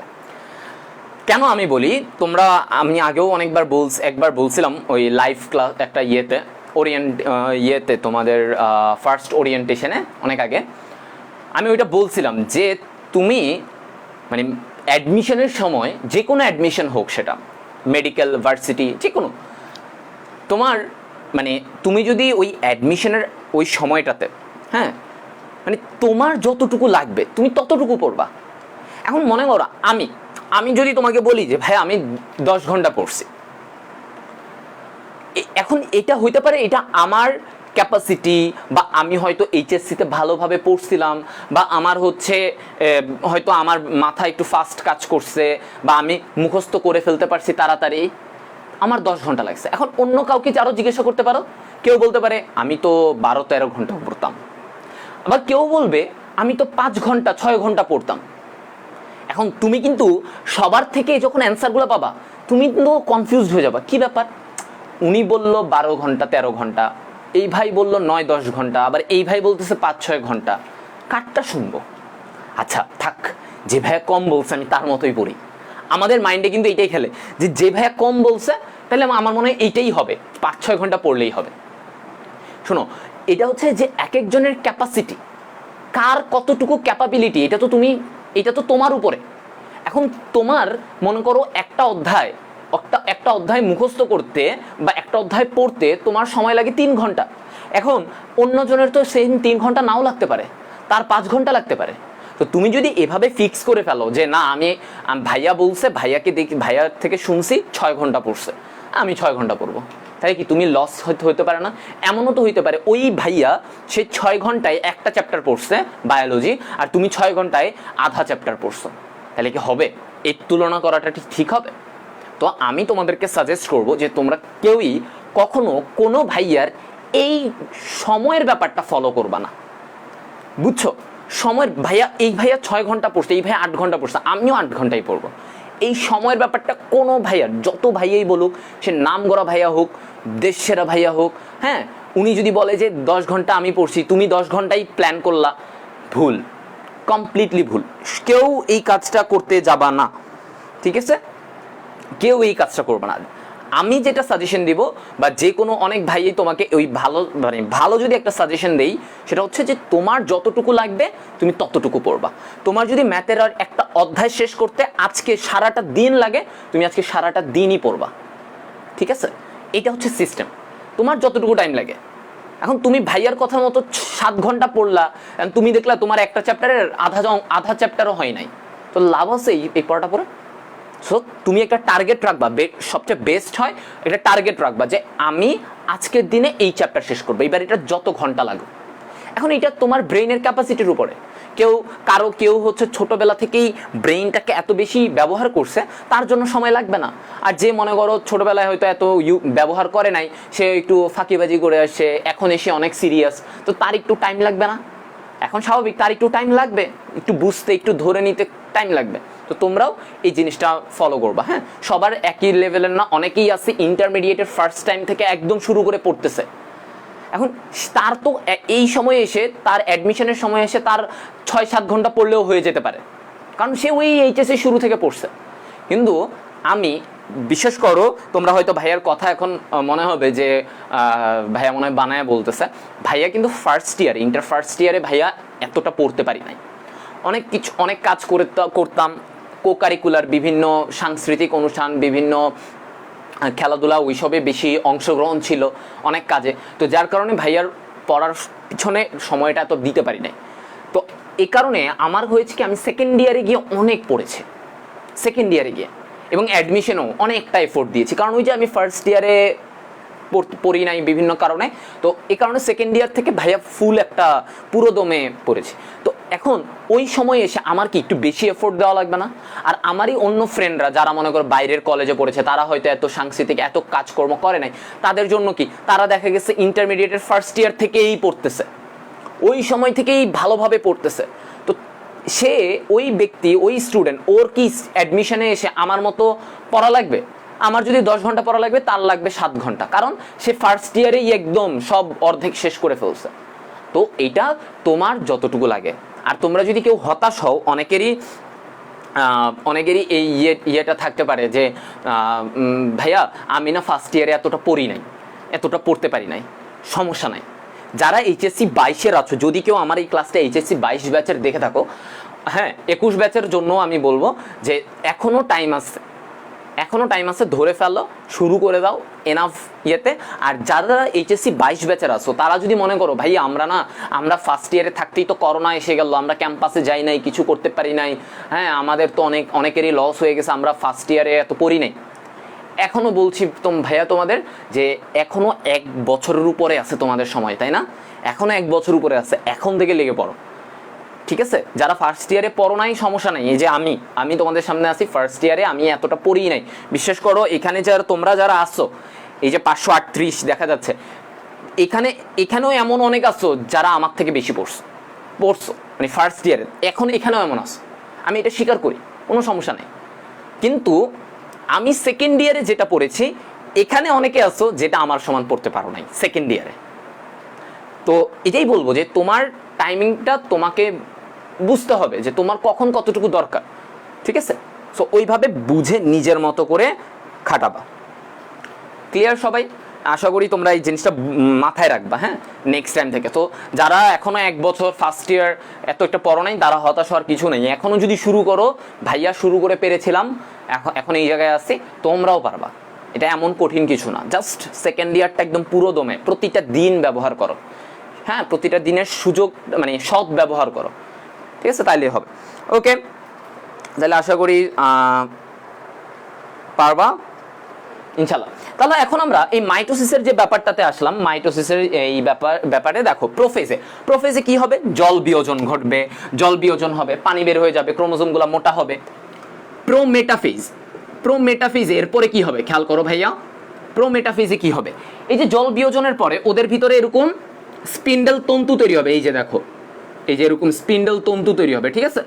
এরকম স্পিন্ডেল তন্তু তৈরি হবে। এই আমি যে কথাগুলো বলছি এগুলো মনে রাখবা, এগুলাই অ্যাডমিশনে আসে যে স্পিন্ডেল তন্তু কোন ধাপে তৈরি হয়। তারপরে হচ্ছে ওইটা তো নিউক্লিওলাসের বিলুপ্তি কোথায় হয়, এই যে প্রোমেটাফেজে আরেকটা জিনিস ঘটে, সেটা হচ্ছে নিউক্লিওলাস এবং নিউক্লিয়ার পর্দার বিলুপ্তি ঘটে। এটা মনে রাখবা, এদের কি হয়, এই ধাপে এসে বিলুপ্তি ঘটে। এই যে এই যে নিউক্লিওলাস থাকে, তোমরা তো জানো, এইটা মনে করো নিউক্লিয়ার পর্দা, এখানে থাকে নিউক্লিওলাস, এই নিউক্লিওলাসের সাথে তোমার এরকম ক্রোমোজোমগুলো থাকে, তাই না? এটা তো শিখেছো। আর এই যে নিউক্লিওলাস আর এই চারপাশের যে নিউক্লিয়ার পর্দা, এই জিনিসটারই বিলুপ্তি ঘটে যায় এই প্রোমেটাফেজে। ওকে, আর কি হয়, এখানে এসে ওই ক্রোমোজোমগুলা কিন্তু এই যে দেখো, ক্রোমোজোমগুলো এই স্পিন্ডেল তন্তুর সাথে যুক্ত হয়, এই যে এরকম দেখো, এই যে স্পিন্ডেল তন্তুর সাথে এই ক্রোমোজোমগুলো এসে যুক্ত হচ্ছে। তাহলে এটাকে আমরা কি বলি, স্পিন্ডেল তন্তু। যেই স্পিন্ডেল তন্তুগুলোর সাথে ক্রোমোজোমটা যুক্ত হয় সেই স্পিন্ডেল তন্তুকে আমরা বলি ট্র্যাকশন তন্তু। ভেরি ইম্পর্টেন্ট, এটা মনে রাখবা। কি বলছি, আবার বলছি, যেই স্পিন্ডেল তন্তু, স্পিন্ডেল তন্তু তো সবগুলা, কিন্তু দেখো আমি এখানে মনে করো এইটাতে ক্রোমোজোমটা যুক্ত আছে এই স্পিন্ডেল তন্তুতে, কিন্তু এইটাতে যুক্ত আছে, এই স্পিন্ডেল তন্তুতে যুক্ত নাই, এখানে কোনো স্পিন্ডেল, এইটার সাথে কোনো ক্রোমোজোম যুক্ত নাই। এখন যেই স্পিন্ডেল তন্তুটার সাথে ক্রোমোজোম যুক্ত আছে ওইটাকে আমরা ট্র্যাকশন তন্তু বলছি। তো যেমন দেখো, এটা একটা ট্র্যাকশন তন্তু, এটা একটা ট্র্যাকশন তন্তু, এটা একটা ট্র্যাকশন তন্তু, কারণ ওদের সাথে ক্রোমোজোম যুক্ত আছে। তো এইটাও মনে রাখবা। এরপরে আসো, এটা গেল, তাহলে আমরা নিউক্লিওলাসের বিলুপ্তি ঘটে, স্পিন্ডেল তন্তু তৈরি হয়, ট্র্যাকশন তন্তু কি এটা জানলাম প্রোমেটাফেজের। আরেকটা জিনিস হয়, সেটা হচ্ছে ক্রোমোজোমাল ড্যান্স বা ক্রোমোজোমীয় নৃত্য। এটাও তোমাদের অনেক ইম্পর্টেন্ট, যে এই প্রোমেটাফেজে কি হয়, ক্রোমোজোমীয় নৃত্য। এটার মানে কি বুঝো, ড্যান্স। কেন এই কথাটা বলছে যে ক্রোমোজোমীয় নৃত্য ঘটে, জিনিসটা কি? এটা হচ্ছে শুরুতে তোমার এই ক্রোমোজোমগুলা এই প্রোফেজের এই জায়গাটাতে একটু এরকম থাকে, এই যে দেখো, ওর ভিতরে একটু কাছাকাছি ওরা থাকে, ওরা কাছাকাছি এভাবে থাকে, এরকম গোল হয়ে এক জায়গায় থাকে। এরপরে যখন স্পিন্ডেল তন্তু তৈরি হয় এই প্রোমেটাফেজে, ওরা কি হয়, এই যে মাঝখান থেকে এরকম ছড়ায় যায় হঠাৎ করে, খেয়াল করো, মানে ওরা সবাই এরকম মাঝখানে ছিল, জড়ো হয়েছিল। এই যে আমি এখানে দেখাচ্ছি, মনে করো এই যে 4টা মার্কার, হ্যাঁ, এই 4টা মার্কার ওরা একসাথে ছিল, এরা হচ্ছে ক্রোমোজোম, এরা হচ্ছে কি ক্রোমোজোম, এরা প্রোফেজে একসাথে ছিল এরকম কাছাকাছি। হঠাৎ করে এই প্রোমেটাফেজে এই স্পিন্ডেল তন্তু যখন তৈরি হয়, ওরা কি হয়, এই একসাথে থেকে এরকম ছড়ায় যায়, এই যে ছড়াই গেল, অনেকে অনেক দিকে চলে গেছে, দেখছো, একটু ছড়াই গেল, মনে করো এতক্ষণ এইভাবে ছিল, এখন ছড়াই গেল। এই যে হঠাৎ করে এক জায়গা থেকে ছড়ায় যায়, এই মুভমেন্টটাকে ওরা বলা হচ্ছে যে ক্রোমোজোমীয় নৃত্য। মানে এখান থেকে যখন ওরা ছড়ে যায়, মানে মনে হয় যে ক্রোমোজোমগুলো লাফাচ্ছে। এই যে এখান থেকে যখন এইভাবে ছড়ায় যায় ক্রোমোজোমগুলো এই প্রোমেটাফেজে এসে, তখন মনে হয় যে ক্রোমোজোমগুলো এইভাবে লাফাচ্ছে, লাফায় যাচ্ছে। তো এই জিনিসটাকে বলা হয় ক্রোমোজোমাল ড্যান্স। মনে হয় যে ক্রোমোজোমগুলো নাচতেছে, মানে যে লাফাতে থাকে, তো এরকম লাফায় ছড়াইতে থাকে, তো এইটাকে মনে হয় যে ক্রোমোজোমাল ড্যান্স করতেছে ক্রোমোজোমগুলা। তো এই কারণে এই শব্দটা আসে। তো এটাও মনে রাখবা, এটাও কিন্তু আসে যে ক্রোমোজোমীয় নৃত্য কোন ধাপে দেখা যায়। এখন এই যে প্রোমেটাফেজ, এই প্রোমেটাফেজের পরে কি আসে, মেটাফেজ। এখন মেটাফেজে কি হয়, মেটাফেজে এসে এই যে ক্রোমোজোমগুলা মনে করো এখানে, হ্যাঁ, এখানে এসে ওরা কি হয়, এই যে ক্রোমোজোমগুলা কেন্দ্রে বিষুবীয় অঞ্চলে এসে যায়, বিষুবীয় অঞ্চলে এসে যায়। এই যে এতক্ষণ দেখো ওরা কিন্তু বিষুবীয় অঞ্চলে ছিল না। বিষুবীয় অঞ্চল মানে কি, এই যে কেন্দ্রের এই জায়গাটা, এই যে কেন্দ্রের এই অঞ্চলটাকে আমরা বলি বিষুবীয় অঞ্চল। তাহলে এই মেটাফেজ দশায় ক্রোমোজোমগুলো কি হয়, একদম বিষুবীয় অঞ্চলে এসে হাজির হয়। এইভাবে মনে করো হাজির হলো,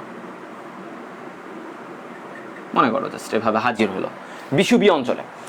এই যে বিষুবীয় অঞ্চলে যে ওরা অবস্থান করতেছে, হ্যাঁ, এই যে বিষুবীয় অঞ্চলে বিভিন্ন জায়গা থেকে ওরা বিষুবীয় অঞ্চলে কেন্দ্রের দিকে আসলো, এই আশাটাকে বলা হয় মেটাকাইনেসিস। ভেরি ইম্পর্টেন্ট ভাইয়া, এটা মনে রাখবা। তাহলে মেটাফেজ দশায় এই যে ক্রোমোজোমগুলা বিষুবীয় অঞ্চলে আসে, এটাকে আমরা বলি মেটাকাইনেসিস। ঠিক আছে, তাহলে এটা জেনে ফেললাম মেটাকাইনেসিস ঘটে। আর কি ঘটে, মেটাকাইনেসিস ছাড়াও এখানে হচ্ছে ক্রোমোজোমগুলো সবচেয়ে খাটো ও মোটা হয়। কি হবে, ক্রোমোজোমগুলা সবচেয়ে খাটো মোটা হয়। এই এমসিকিউটা ভাইয়া অনেক বেশি আসে যে ক্রোমোজোম সবচেয়ে খাটো আর মোটা কোন ধাপে হয়, এই জিনিসটা তোমাদের আসবে। সো সবাই এটা মনে রাখবা যে মেটাফেজে ক্রোমোজোমগুলা সবচেয়ে খাটো ও মোটা হয়ে থাকে। ক্লিয়ার সবার? হ্যাঁ, আচ্ছা এরপরে আসো তাহলে মেটাকাইনেসিস গেল, মেটাকাইনেসিস বুঝলাম মেটাফেজেরটা। এরপরে আমরা যেটা জানবো সেটা হচ্ছে অ্যানাফেজ। মেটাফেজের পরে অ্যানাফেজ হয়। তাহলে অ্যানাফেজে কি হয় দেখো, অ্যানাফেজে এসে এই যে ওদের থেকে ভাগ হয়ে যায়, এই যে সেন্ট্রোমিয়ার বরাবর, মনে করো এখানে আমি এতগুলো না দিই, এই যে দুইটা আছে এভাবে, ওদের সেন্ট্রোমিয়ার বরাবর ভেঙে যায়। এই যে সেন্ট্রোমিয়ার কোনটা, এই যে মাঝখানে যে গোল অংশটা দেখতে পাচ্ছ ক্রোমোজোমের, এটা হচ্ছে সেন্ট্রোমিয়ার, এটা ভাগ হয় বিভাজন হয়। তো এই যে দেখো বিভাজন হয়ে গেল, ওর এটা কিরকম হয় এরকম,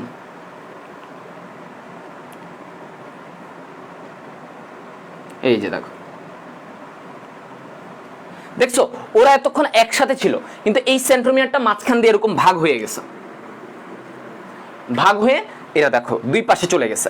তো এই যে দুই পাশে চলে যাচ্ছে এটাকে আমরা কি বলি, এটাকে আমরা বলি প্রান্তীয়করণ। তার মানে দেখো তোমাকে এটা প্রশ্নে আসতে পারে অ্যাডমিশনে যে প্রান্তীয়করণ কোন ধাপে ঘটে, তাহলে কোথায় হয়, অ্যানাফেজে। অ্যানাফেজে কি হয়, ওই যে মাঝখানে ছিল এতক্ষণ কিন্তু ক্রোমোজোম, মেটাফেজে মাঝখানে ছিল, মাঝখান থেকে সেন্ট্রোমিয়ারটা ভাগ হয়ে ক্রোমোজোমগুলো আলাদা হয়ে দুই পাশে চলে গেল, এই যে প্রান্তের দিকে চলে যাচ্ছে এই ঘটনাটাকেই আমরা বলি হচ্ছে প্রান্তীয়করণ। তাহলে এটা মনে রাখবা, ঠিক আছে, প্রান্তীয়করণ এখানে হচ্ছে। আরেকটা জিনিস ইম্পর্টেন্ট, যে এই যে ক্রোমোজোমগুলো যখন বিভাজন হয়ে যেতে থাকে দুই পাশে চলে যায়, তখন কি হয়, ওরা বিভিন্ন আকৃতি ধারণ করে। কিরকম আকৃতি, ভি, এল, জে, আই, এইরকম বিভিন্ন ধরনের আকৃতি সে ধারণ করে। এখন এই যে বিভিন্ন ধরনের আকৃতি ধারণ করতেছে, এটার নাম কি, যেমন দেখো ভি, এটার নাম হচ্ছে মেটাসেন্ট্রিক, এটা কি metacentric, submetacentric, J acrocentric, I telocentric. এই নামটা 3 স্টার, এটা তোমরা 9-10-এও পড়ে আসছো, এটা কি 3 স্টার। তাহলে এগুলো কি ক্রোমোজোমের আকৃতি, ওই যে ভি আকৃতির হতে পারে, এল আকৃতি, জে, আই, এই বিভিন্ন আকৃতি হয়ে ওরা দুই পাশে চলে যায়। তো এইটাকে আমরা বলি, এই বিভিন্ন নাম আছে, প্রত্যেকটা শেপের প্রত্যেকটা আকৃতির নাম আছে, এগুলো ভালো করে মনে রাখবা।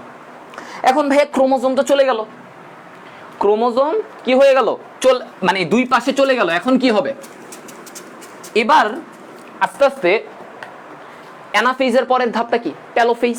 এন্ড টেলোফেজে কি হয় দেখো, টেলোফেজে এসে ওদের আবার জলযোজন ঘটবে। কি হবে, জলযোজন, খেয়াল করো আবার। এখন বলো জলযোজন হলে ক্রোমোজোমগুলা কি, পানি ঢুকতেছে, ওই যে বেলুনের উদাহরণটা মনে করো, পানি ঢুকতেছে, তাহলে কি ওরা আবার পাতলা হয়ে যাবে না, বলো ওরা কি হয়ে যাবে, জলযোজন হলে ওরা আবার পাতলা হয়ে যাবে, ক্রোমোজোমগুলো এরকম সুতার মতো পাতলা হয়ে যাবে, তাহলে জলযোজন হচ্ছে এবং ক্রোমোজোমগুলো পাতলা হয়ে যাবে। আর কি হবে, নিউক্লিওলাস, ওই যে বিলুপ্তি ঘটতেছিল, প্রোমেটাফেজে বিলুপ্ত হয়ে গেছিল, এখন কি হবে, এই জায়গায় সে টেলোফেজে এসে ওদের আবির্ভাব ঘটবে। এই কার আবির্ভাব ঘটবে, নিউক্লিওলাস, এদের আবির্ভাব ঘটবে। ঠিক আছে, তাহলে নিউক্লিওলাস, নিউক্লিয়ার পর্দার আবির্ভাব ঘটবে কোথায়, আবির্ভাব ঘটবে হচ্ছে টেলোফেজে। তো সবাই ক্লিয়ার বলো। তারা আমরা কিন্তু এইভাবে করে আমরা দেখলাম যে ও আলাদা হয়ে গেল। এবং আরেকটা জিনিস যেটা হয় টেলোফেজে এসে, সেটা হচ্ছে এই যে এরকম ওদের মাঝখানে একটা কোষ প্লেট তৈরি হয়, উদ্ভিদ কোষে এই যে মাঝখানে একটা কোষ প্লেট তৈরি হয়, যেটা দিয়ে আলাদা হয়ে যায়।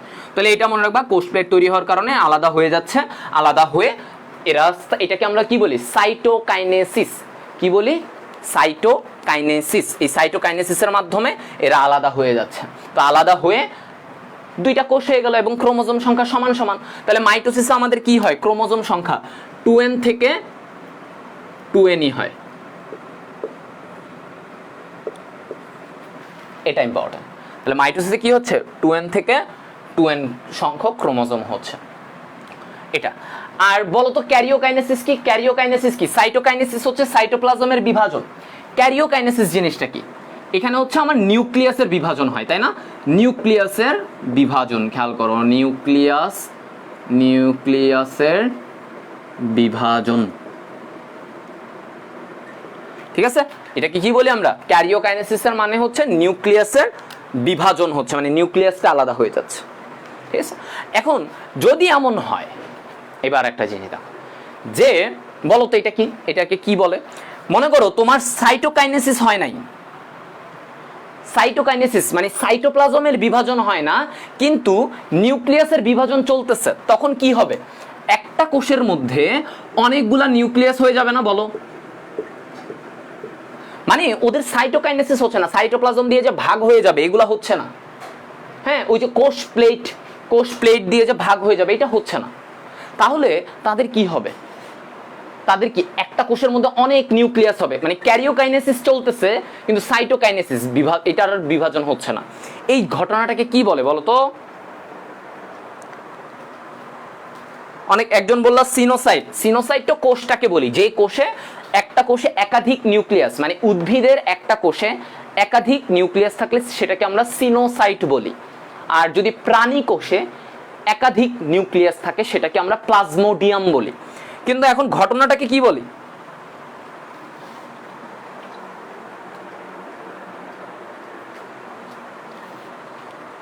এই ঘটনাটাকে কি বলি?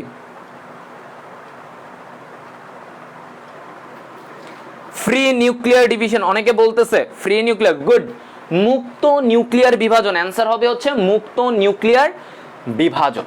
তাহলে এটা হচ্ছে ঘটনাটা, যে মুক্ত নিউক্লিয়ার বিভাজন কি? মুক্ত নিউক্লিয়ার বিভাজন হচ্ছে ক্যারিওকাইনেসিস চলতে থাকবে কিন্তু সাইটোকাইনেসিস আর হয় না, সাইটোপ্লাজমের বিভাজন হয় না। সেক্ষেত্রে একটা কোষের ভিতরে অনেক নিউক্লিয়াস থেকে যায়, তো এটাকে আমরা বলি ফ্রি নিউক্লিয়ার ডিভিশন। এবং এটার একটা উদাহরণ কি? ডাবের পানি। যে আমরা ডাবের ভিতরে দেখি না, ডাবের যে পানিটা, ওইখানে কিন্তু অনেক নিউক্লিয়াস, কিন্তু ওদের সাইটোপ্লাজমটা বিভাজন হয় না দেখে ওই যে ডাবের, দেখো একটা ডাবের এটার ভিতরে পুরো পানিটা, যদি ওদের সাইটোকাইনেসিস হইতো তাহলে কি হইতো জানো? খোপ খোপ হয়ে যেত। মানে ওই ডাবের পানিটার মধ্যে আমরা কি দেখি? একটার মধ্যেই পুরা পানিটা, তখন কি হইতো জানো? এরকম আলাদা আলাদা প্রকোষ্ঠ হয়ে যেত যদি সাইটোকাইনেসিস হইতো। তো সাইটোকাইনেসিস হয় না দেখেই একটার ভিতরে সব পুরা পানিটা একটা ইয়ের মধ্যেই, হ্যাঁ, পুরাটার মধ্যে। তো এইটা মনে রাখবা, ঠিক আছে? ওকে, সো সবাই আমরা এটা জানলাম। এখন আমরা জানবো হচ্ছে মায়োসিসের একটা, মায়োসিসটা নিয়ে একটু আইডিয়া নিব। মায়োসিসটা কি আসলে? তো এখানে তোমাদের জন্য আর কি গুরুত্বপূর্ণ মাইটোসিস থেকে তোমরা পড়বা হচ্ছে মাইটোসিসের গুরুত্বগুলা, হেডলাইনগুলা পড়বা। আমি জিনিসটা বলি, মাইটোসিসের হেডলাইনগুলা পড়বা। তারপরে হচ্ছে যে মাইটোসিসের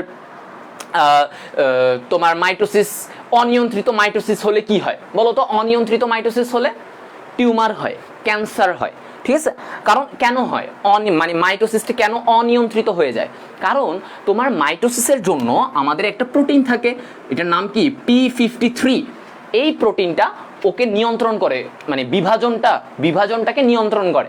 এখন এই P53 প্রোটিনটা যদি তোমার কাজ না করে তাহলে কি হবে? এই P53 প্রোটিনটা কাজ করতেছে না, তখন কি হবে বলো তো? তখন কোষ বিভাজনটা অনিয়ন্ত্রিত হয়ে যাবে না, মানে ঠিকভাবে হবে না কোষ বিভাজন। তাহলে কোষ বিভাজন ঠিকভাবে না হলে কি হবে?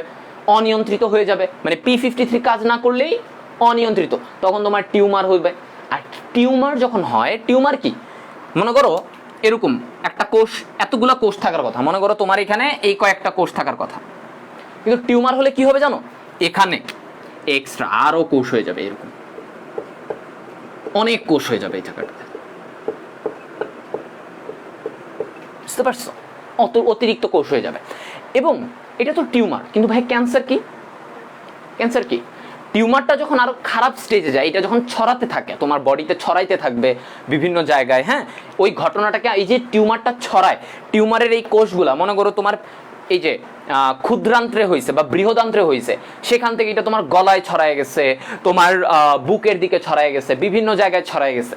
এই ঘটনাটাকে, এই যে টিউমারটা ছড়ায়, এটাকে আমরা বলি, এই ঘটনাটাকে তোমাদের বইয়ে আছে, নিউ এডিশনে এটা অ্যাড করছে, এটাকে আমরা বলি মেটাস্টেসিস।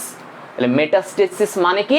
মানে এই যে টিউমারটা ছড়াচ্ছে, এক অঞ্চল থেকে আরেক অঞ্চলে ছড়ায় যাচ্ছে, হ্যাঁ, গলা থেকে ব্রেনে যাচ্ছে, বা তোমার বুক থেকে উদরের কোনো একটা অংশে চলে যাচ্ছে, হ্যাঁ, টিউমার কোষগুলা, এটাকে আমরা, এই ঘটনাটাকে আমরা বলি মেটাস্টেসিস। তো এই টিউমারটা যখন এই মেটাস্টেসিস লেভেলে চলে যায়, ছড়ায় যায় তোমার বডিতে, তখন ওইটা আবার আরো অনেক খারাপ দিকে চলে যায়, তখন এটাকে আমরা বলি ক্যান্সার। ঠিক আছে, তখন ওটাকে আমরা কি বলি? ক্যান্সার বলি। তাহলে এই জিনিসটা আমাদের মনে রাখতে হবে যে মেটাস্টেসিস, এই যে টোটাল ব্যাপারগুলো ক্লিয়ার সবাই? আমরা আশা করি বুঝতে পারছি, তাই না? P53 প্রোটিন P53 একটা প্রোটিন, একজন প্রশ্ন করলা।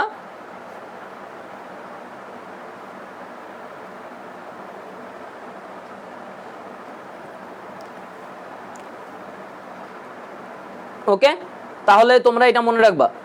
আচ্ছা, একজন বলছে ম্যালিগন্যান্ট কি? ওকে, ম্যালিগন্যান্ট টিউমারটা হচ্ছে মানে এটার এগুলোর কিছু আসলে বৈশিষ্ট্য আছে। মানে ম্যালিগন্যান্ট টিউমারটাই মূলত ক্যান্সার, মানে আমরা ওইটাকে ক্যান্সার বলি। বিনাইন অবস্থায় আমরা সাধারণত ক্যান্সার বলি না। যখন এটা ম্যালিগন্যান্ট মানে আরো খারাপ দিকে যায়, তোমার এটা ওই যেটা বললাম ছড়ায় যাচ্ছে, হ্যাঁ, যে কোনো একটা জায়গায়, তারপরে এটার আরো কিছু লক্ষণ প্রকাশ করে, এই জিনিসগুলো যখন হয় মানে একটু বড় লেভেলের, মানে অতিরিক্ত হয়ে যাচ্ছে, তখন এটাকে আমরা বলি যে ম্যালিগন্যান্ট টিউমার বা এই জিনিসগুলা। আর একটা হচ্ছে বিনাইন, যেটা মনে করো যে এমন একটা স্টেজে আছে, এটাকে আবার মানে ট্রিটমেন্ট দেওয়া সম্ভব, ট্রিটমেন্ট দিয়ে এটাকে তোমাকে সুস্থ করা সম্ভব, সেটাকে আমরা বলি বিনাইন টিউমার। আর ম্যালিগন্যান্ট টিউমারটা এমন একটা স্টেজে চলে যায় মানে তুমি এটাকে খেয়ালই করো নাই, তোমার বডিতে এটা অনেক বছর ধরে বসবাস করছে, আস্তে আস্তে এটা ছড়ায় গেছে সব জায়গায়, তখন এটাকে আমরা বলি ম্যালিগন্যান্ট। এবং ম্যালিগন্যান্ট লেভেলে গেলে তোমার ওইখান থেকে মানে ট্রিটমেন্টটা নেওয়া অনেক কষ্টকর। ঠিক আছে, তখন তাকে বাঁচানো বা তার ওই ট্রিটমেন্টগুলো দেওয়া, ট্রিটমেন্ট দিয়ে তাকে সুস্থ করানো, এটা অনেকটাই অসম্ভব লেভেলে চলে যায়, বুঝছো? তো এইটা হচ্ছে যে ম্যালিগন্যান্ট। আশা করি তোমাদেরকে বুঝাইতে পারছে। ওকে, তাহলে আমরা এটা জানলাম। এরপরে হচ্ছে যে মায়োসিসে আসো, মায়োসিস নিয়ে একটু আইডিয়াটা দেই তোমাদেরকে। তাহলে মায়োসিসের কি কি পড়বা তোমরা, আমি তোমাদেরকে বললাম। মায়োসিসের তো দুইটা পার্ট, মায়োসিস 1 আর মায়োসিস 2। তার মানে এই যে দেখো, প্রথমে একটা জনন মাতৃকোষ, এই জনন মাতৃকোষ থেকে এটা কি হচ্ছে? হ্যাপ্লয়েড হচ্ছে। এটা কি হচ্ছে? হ্যাপ্লয়েড হচ্ছে। এইটাকে আমরা বলি মায়োসিস 1। এই যে জনন মাতৃকোষ থেকে প্রথমে যে এই যে হ্যাপ্লয়েড অর্ধেক ক্রোমোজোম হয়ে গেল, এইটাকে বলছি মায়োসিস 1। এরপরে কি হয়? এইটা থেকে আবার এই এনটা এটা আবার বিভাজিত হয়ে আবার এন, ক্রোমোজোম সংখ্যা কিন্তু এবারে সমান। এই যে দেখো, এন থেকে আরো 2টা হয়, আবার এইটা থেকে আরো 2টা হয়, এটা থেকে আরো 2টা হয়। তো এই যে জিনিসটা, এটাকে আমরা বলি হচ্ছে এই যে এন থেকে আরো 2টা, এখান থেকে আরো 2টা, এটাকে আমরা বলি মায়োসিস 2। তাহলে মায়োসিস 2টা কি? এটা কিন্তু এক ধরনের মাইটোসিস। ঠিক আছে, তাহলে মায়োসিস 2 হচ্ছে এক ধরনের কি? মাইটোসিস। এই জিনিসটা মনে রাখবা, ঠিক আছে? তাহলে আমরা কিন্তু এই টোটাল জিনিসটা শিখে ফেললাম। এখন মায়োসিস 1। এখন মায়োসিস 1-এ কয়টা ধাপ? প্রোফেজ 1, তারপরে হচ্ছে মেটাফেজ 1। এই যে দেখো, প্রোফেজ 1, তারপরে কি মেটাফেজ 1। 4টা ধাপ থাকে এই মায়োসিস 1-এ। Metaphase 1, anaphase 1, telophase 1।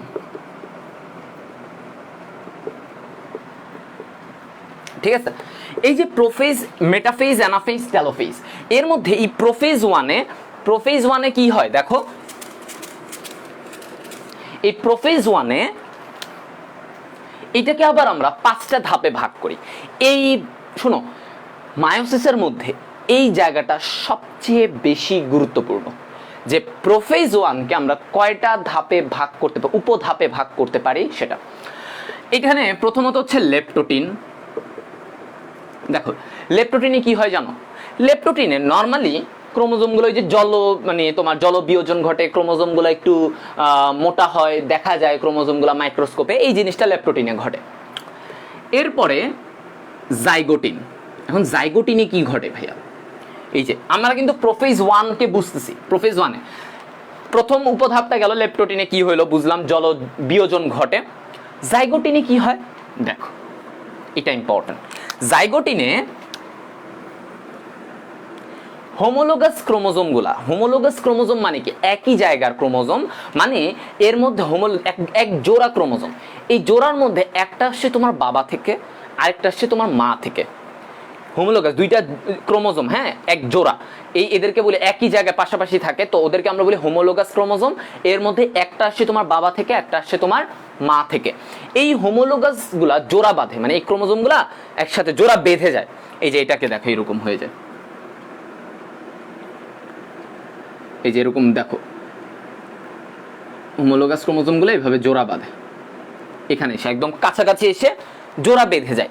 এই যে জোড়া বাঁধার প্রক্রিয়া, এই যে ওরা জোড়া বাঁধতেছে, হ্যাঁ, এরকম আস্তে আস্তে কাছে এসে জোড়া বাঁধলো, এই বাঁধার প্রক্রিয়াটাকে আমরা কি বলি? এটাকে বলি আমরা সাইন্যাপসিস। এটা ভেরি ইম্পর্টেন্ট ভাইয়া, এটা মনে রাখবা, এটাকে কি বলি আমরা? সাইন্যাপসিস। আর এই যে জোড়াটা, প্রক্রিয়াটাকে সাইন্যাপসিস বলি। আর এই যে জোড়া, মানে এই যে লাল আর কালো, এই দুইটা জোড়াকে আমি কি বলবো? এই জোড়াটাকে আমরা বলি বাইভ্যালেন্ট। দেখো এখানে দুইটা নাম খুবই গুরুত্বপূর্ণ, এগুলা দিয়ে এমসিকিউ আসে। তোমাকে বলবে যে বাইভ্যালেন্ট কোথায় তৈরি হয়, তোমাকে বলবে যে সাইন্যাপসিস এই প্রক্রিয়াটা কোন উপধাপে হয়, তাহলে অ্যান্সার কি? জাইগোটিন।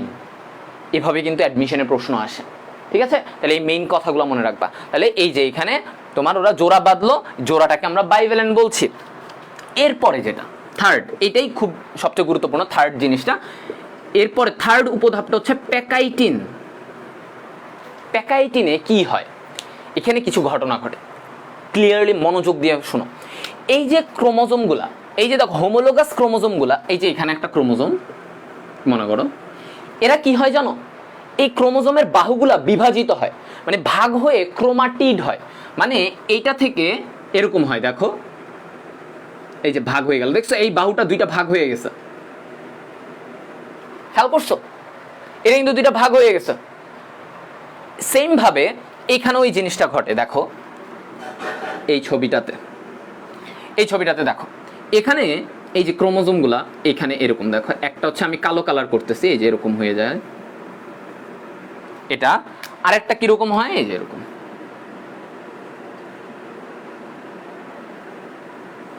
মানে ওরা হচ্ছে হোমোলোগাস ক্রোমোজোম।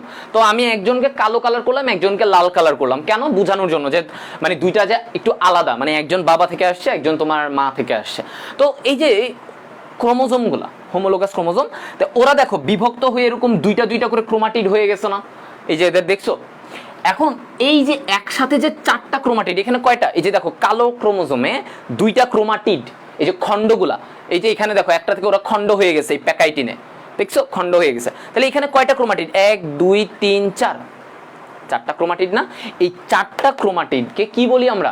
এইদেরকে বলি টেট্রাড। এদেরকে কি বলি আমরা? টেট্রাড। ভেরি ইম্পর্টেন্ট, শোনো এই ধাপটাই মেইন। মায়োসিসে বাকিগুলা খুবই নর্মাল ব্যাপার, ওই একদম সিম্পলি চলে যায়, কিন্তু এখানেই তোমার মেইন কাহিনীটা হয়, টেট্রাড। তাহলে এই যে দেখো চারটা ক্রোমাটিডকে কি বলি? টেট্রা মানে কি? 4। ওকে, এরপরে টেট্রাড তো বুঝলা। এবার ওদের মধ্যে কি হয় জানো? এই যে কালো ক্রোমোজোম,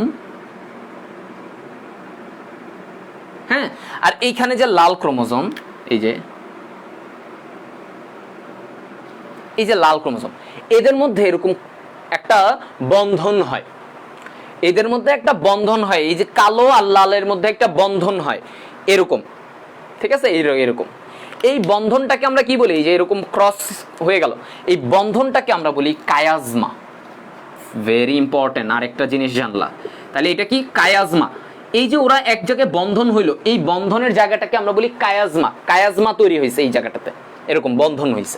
এখন ভাই কায়াজমা কেন তৈরি হয়েছে? দেখো কায়াজমা কেন তৈরি হবে, কারণ এই কায়াজমার মাধ্যমে জিন বিনিময় ঘটে, একজন থেকে আরেকজন যায়, এই লালটা থেকে কালোটায় যাবে, কালোটা থেকে লালটায় আসবে। এই জিনের যে আদান প্রদানটা হয়, একজন থেকে ওর কাছে, ওর থেকে ওর কাছে, একটা জিনের বিনিময় হইল না? এই ঘটনাটাকে আমরা কি বলি? এটাকে বলি ক্রসিং ওভার।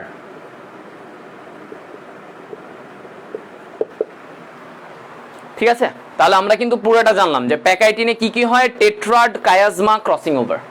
বলো সবাই ক্লিয়ার কিনা?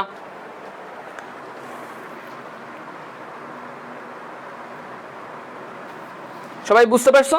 তাহলে আমরা কিন্তু প্যাকাইটিনের প্রত্যেকটা জিনিস শিখে ফেললাম।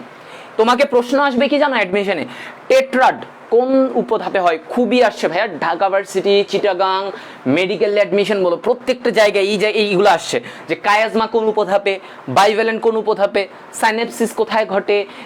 এরপরে তোমাকে কোয়েশ্চেনগুলো এইভাবেই দেয়। এরপরে বলে যে ক্রোমোজোমগুলো সবচেয়ে খাটো মোটা কোথায় হয়।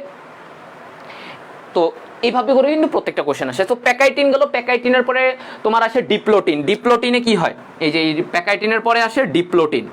তো ডিপ্লোটিনে আস্তে আস্তে নর্মাল, এখানে মানে আহামরি কিছু হয় না, ওদের মধ্যে বিকর্ষণ হয়, ওরা দূরে চলে যেতে থাকে। এই যে দুইটা হোমোলোগাস ক্রোমোজোমের মধ্যে বিকর্ষণ হয়, ওরা দূরে চলে যেতে চায়। এতক্ষণ তো এরকম কাছাকাছি ছিল, এবার ওদের মধ্যে এরকম দূরে ঠেলে দেয়, একজন আরেকজনকে একটু দূরে ঠেলে দেয়। এটাই হচ্ছে ডিপ্লোটিন। আর ফাইনালি ডিপ্লোটিনের পরে যেটা আসে ডায়াকাইনেসিস। ডায়াকাইনেসিসে কি হয়? মানে দুইজন এবার আলাদা হয়ে গেছে, মানে ছুটে চলে যায়। এই যে শুরুতে ডিপ্লোটিনে ওরা দূরে যাচ্ছিল, ডায়াকাইনেসিসে সে আলাদা হয়ে গেল, শেষ। তাহলে এই আলাদা হওয়ার পরে কি হইলো? লাল ক্রোমোজোমের মধ্যে কালো অংশ, কালো ক্রোমোজোমের কিছু অংশ লাল হয়ে যাবে। মানে ব্যাপারটা তখন এইরকম হয়। দেখো এই যে এটা দিয়ে শেষ করে দেবো, বেশি আর তোমাদের বাকি নেই। মানে এই যে কালো ক্রোমোজোমের মধ্যে তখন কি হবে? লাল, এই যে এটার সাথে লাল এসে যাবে, ঠিক আছে, লাল এসে যাবে।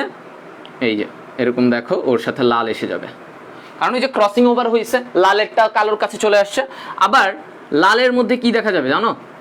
এই যে কালো, কালো জিন দেখা যাবে,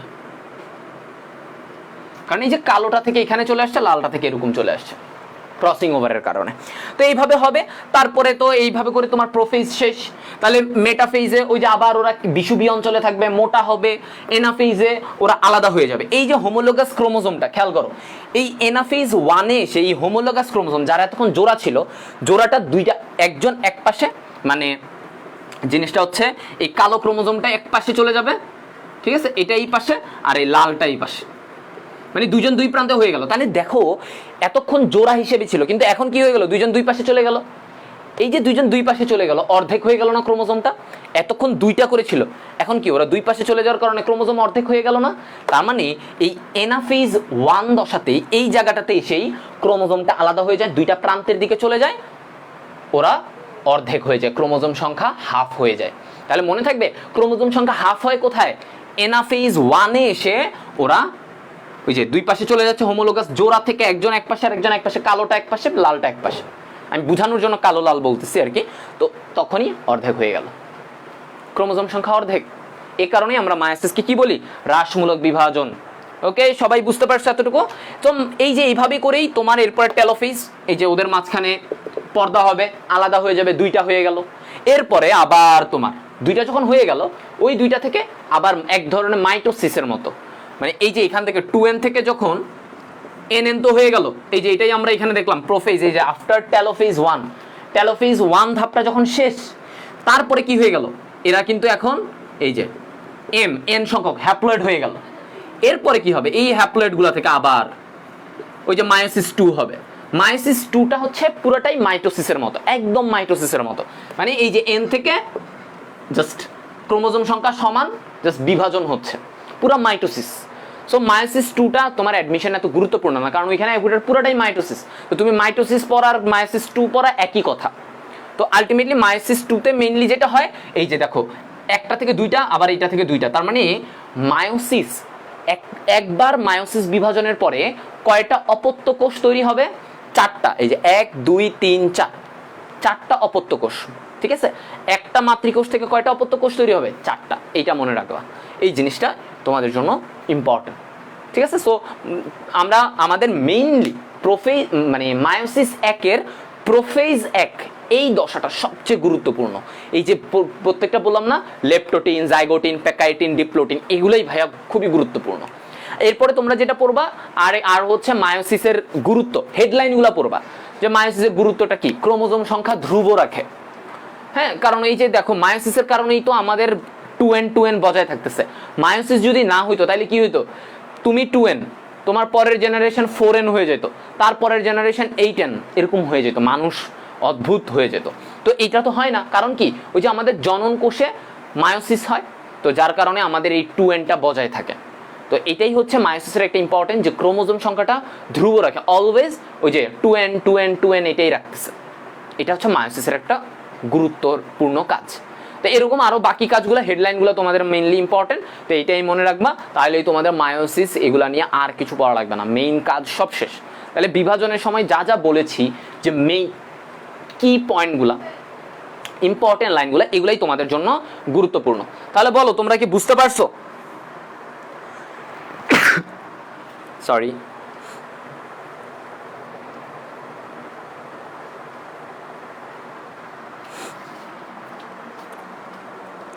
ওকে, বলো তাহলে। আমাদের অনেক কিছু আমরা এখানে শিখলাম।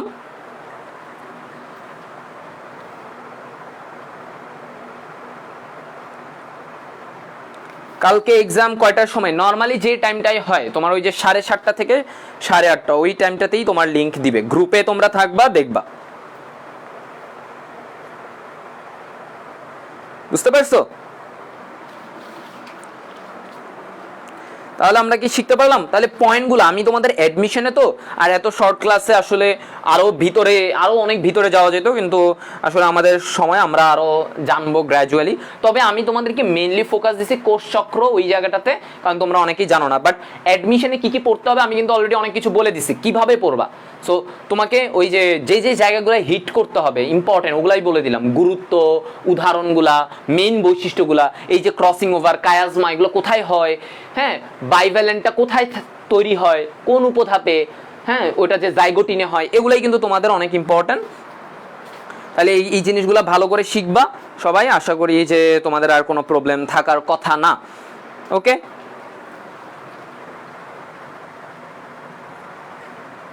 ক্লিয়ার সবাই? তাহলে আমরা এখানে নেক্সট, তাহলে তোমরা সবাই ভালো করে এক্সাম দাও, এক্সাম দিয়ে তোমরা ভালো কিছু করো, ভালো ইয়েতে তোমরা টার্গেট ডিএমসি কোর্সে চলে আসো। ওইখানে আমরা আরও অনেক কিছু, আমাদের প্রত্যেকটা ক্লাস আরও অনেক ডিটেলস। এইটা কি দেখতেছো, মানে এটা তো জাস্ট একটা নর্মাল, মানে একটা ছিটে ফোটা, মানে ওইখানের ক্লাসের তুলনায় এটা একটা জাস্ট ছিটে ফোটা। তো আমরা ওইখানে আরও অনেক ব্রডলি আমরা মেডিকেল অ্যাডমিশন নিয়ে আমরা প্রত্যেকটা ক্লাস সাজাচ্ছি, সব কিছু হচ্ছে।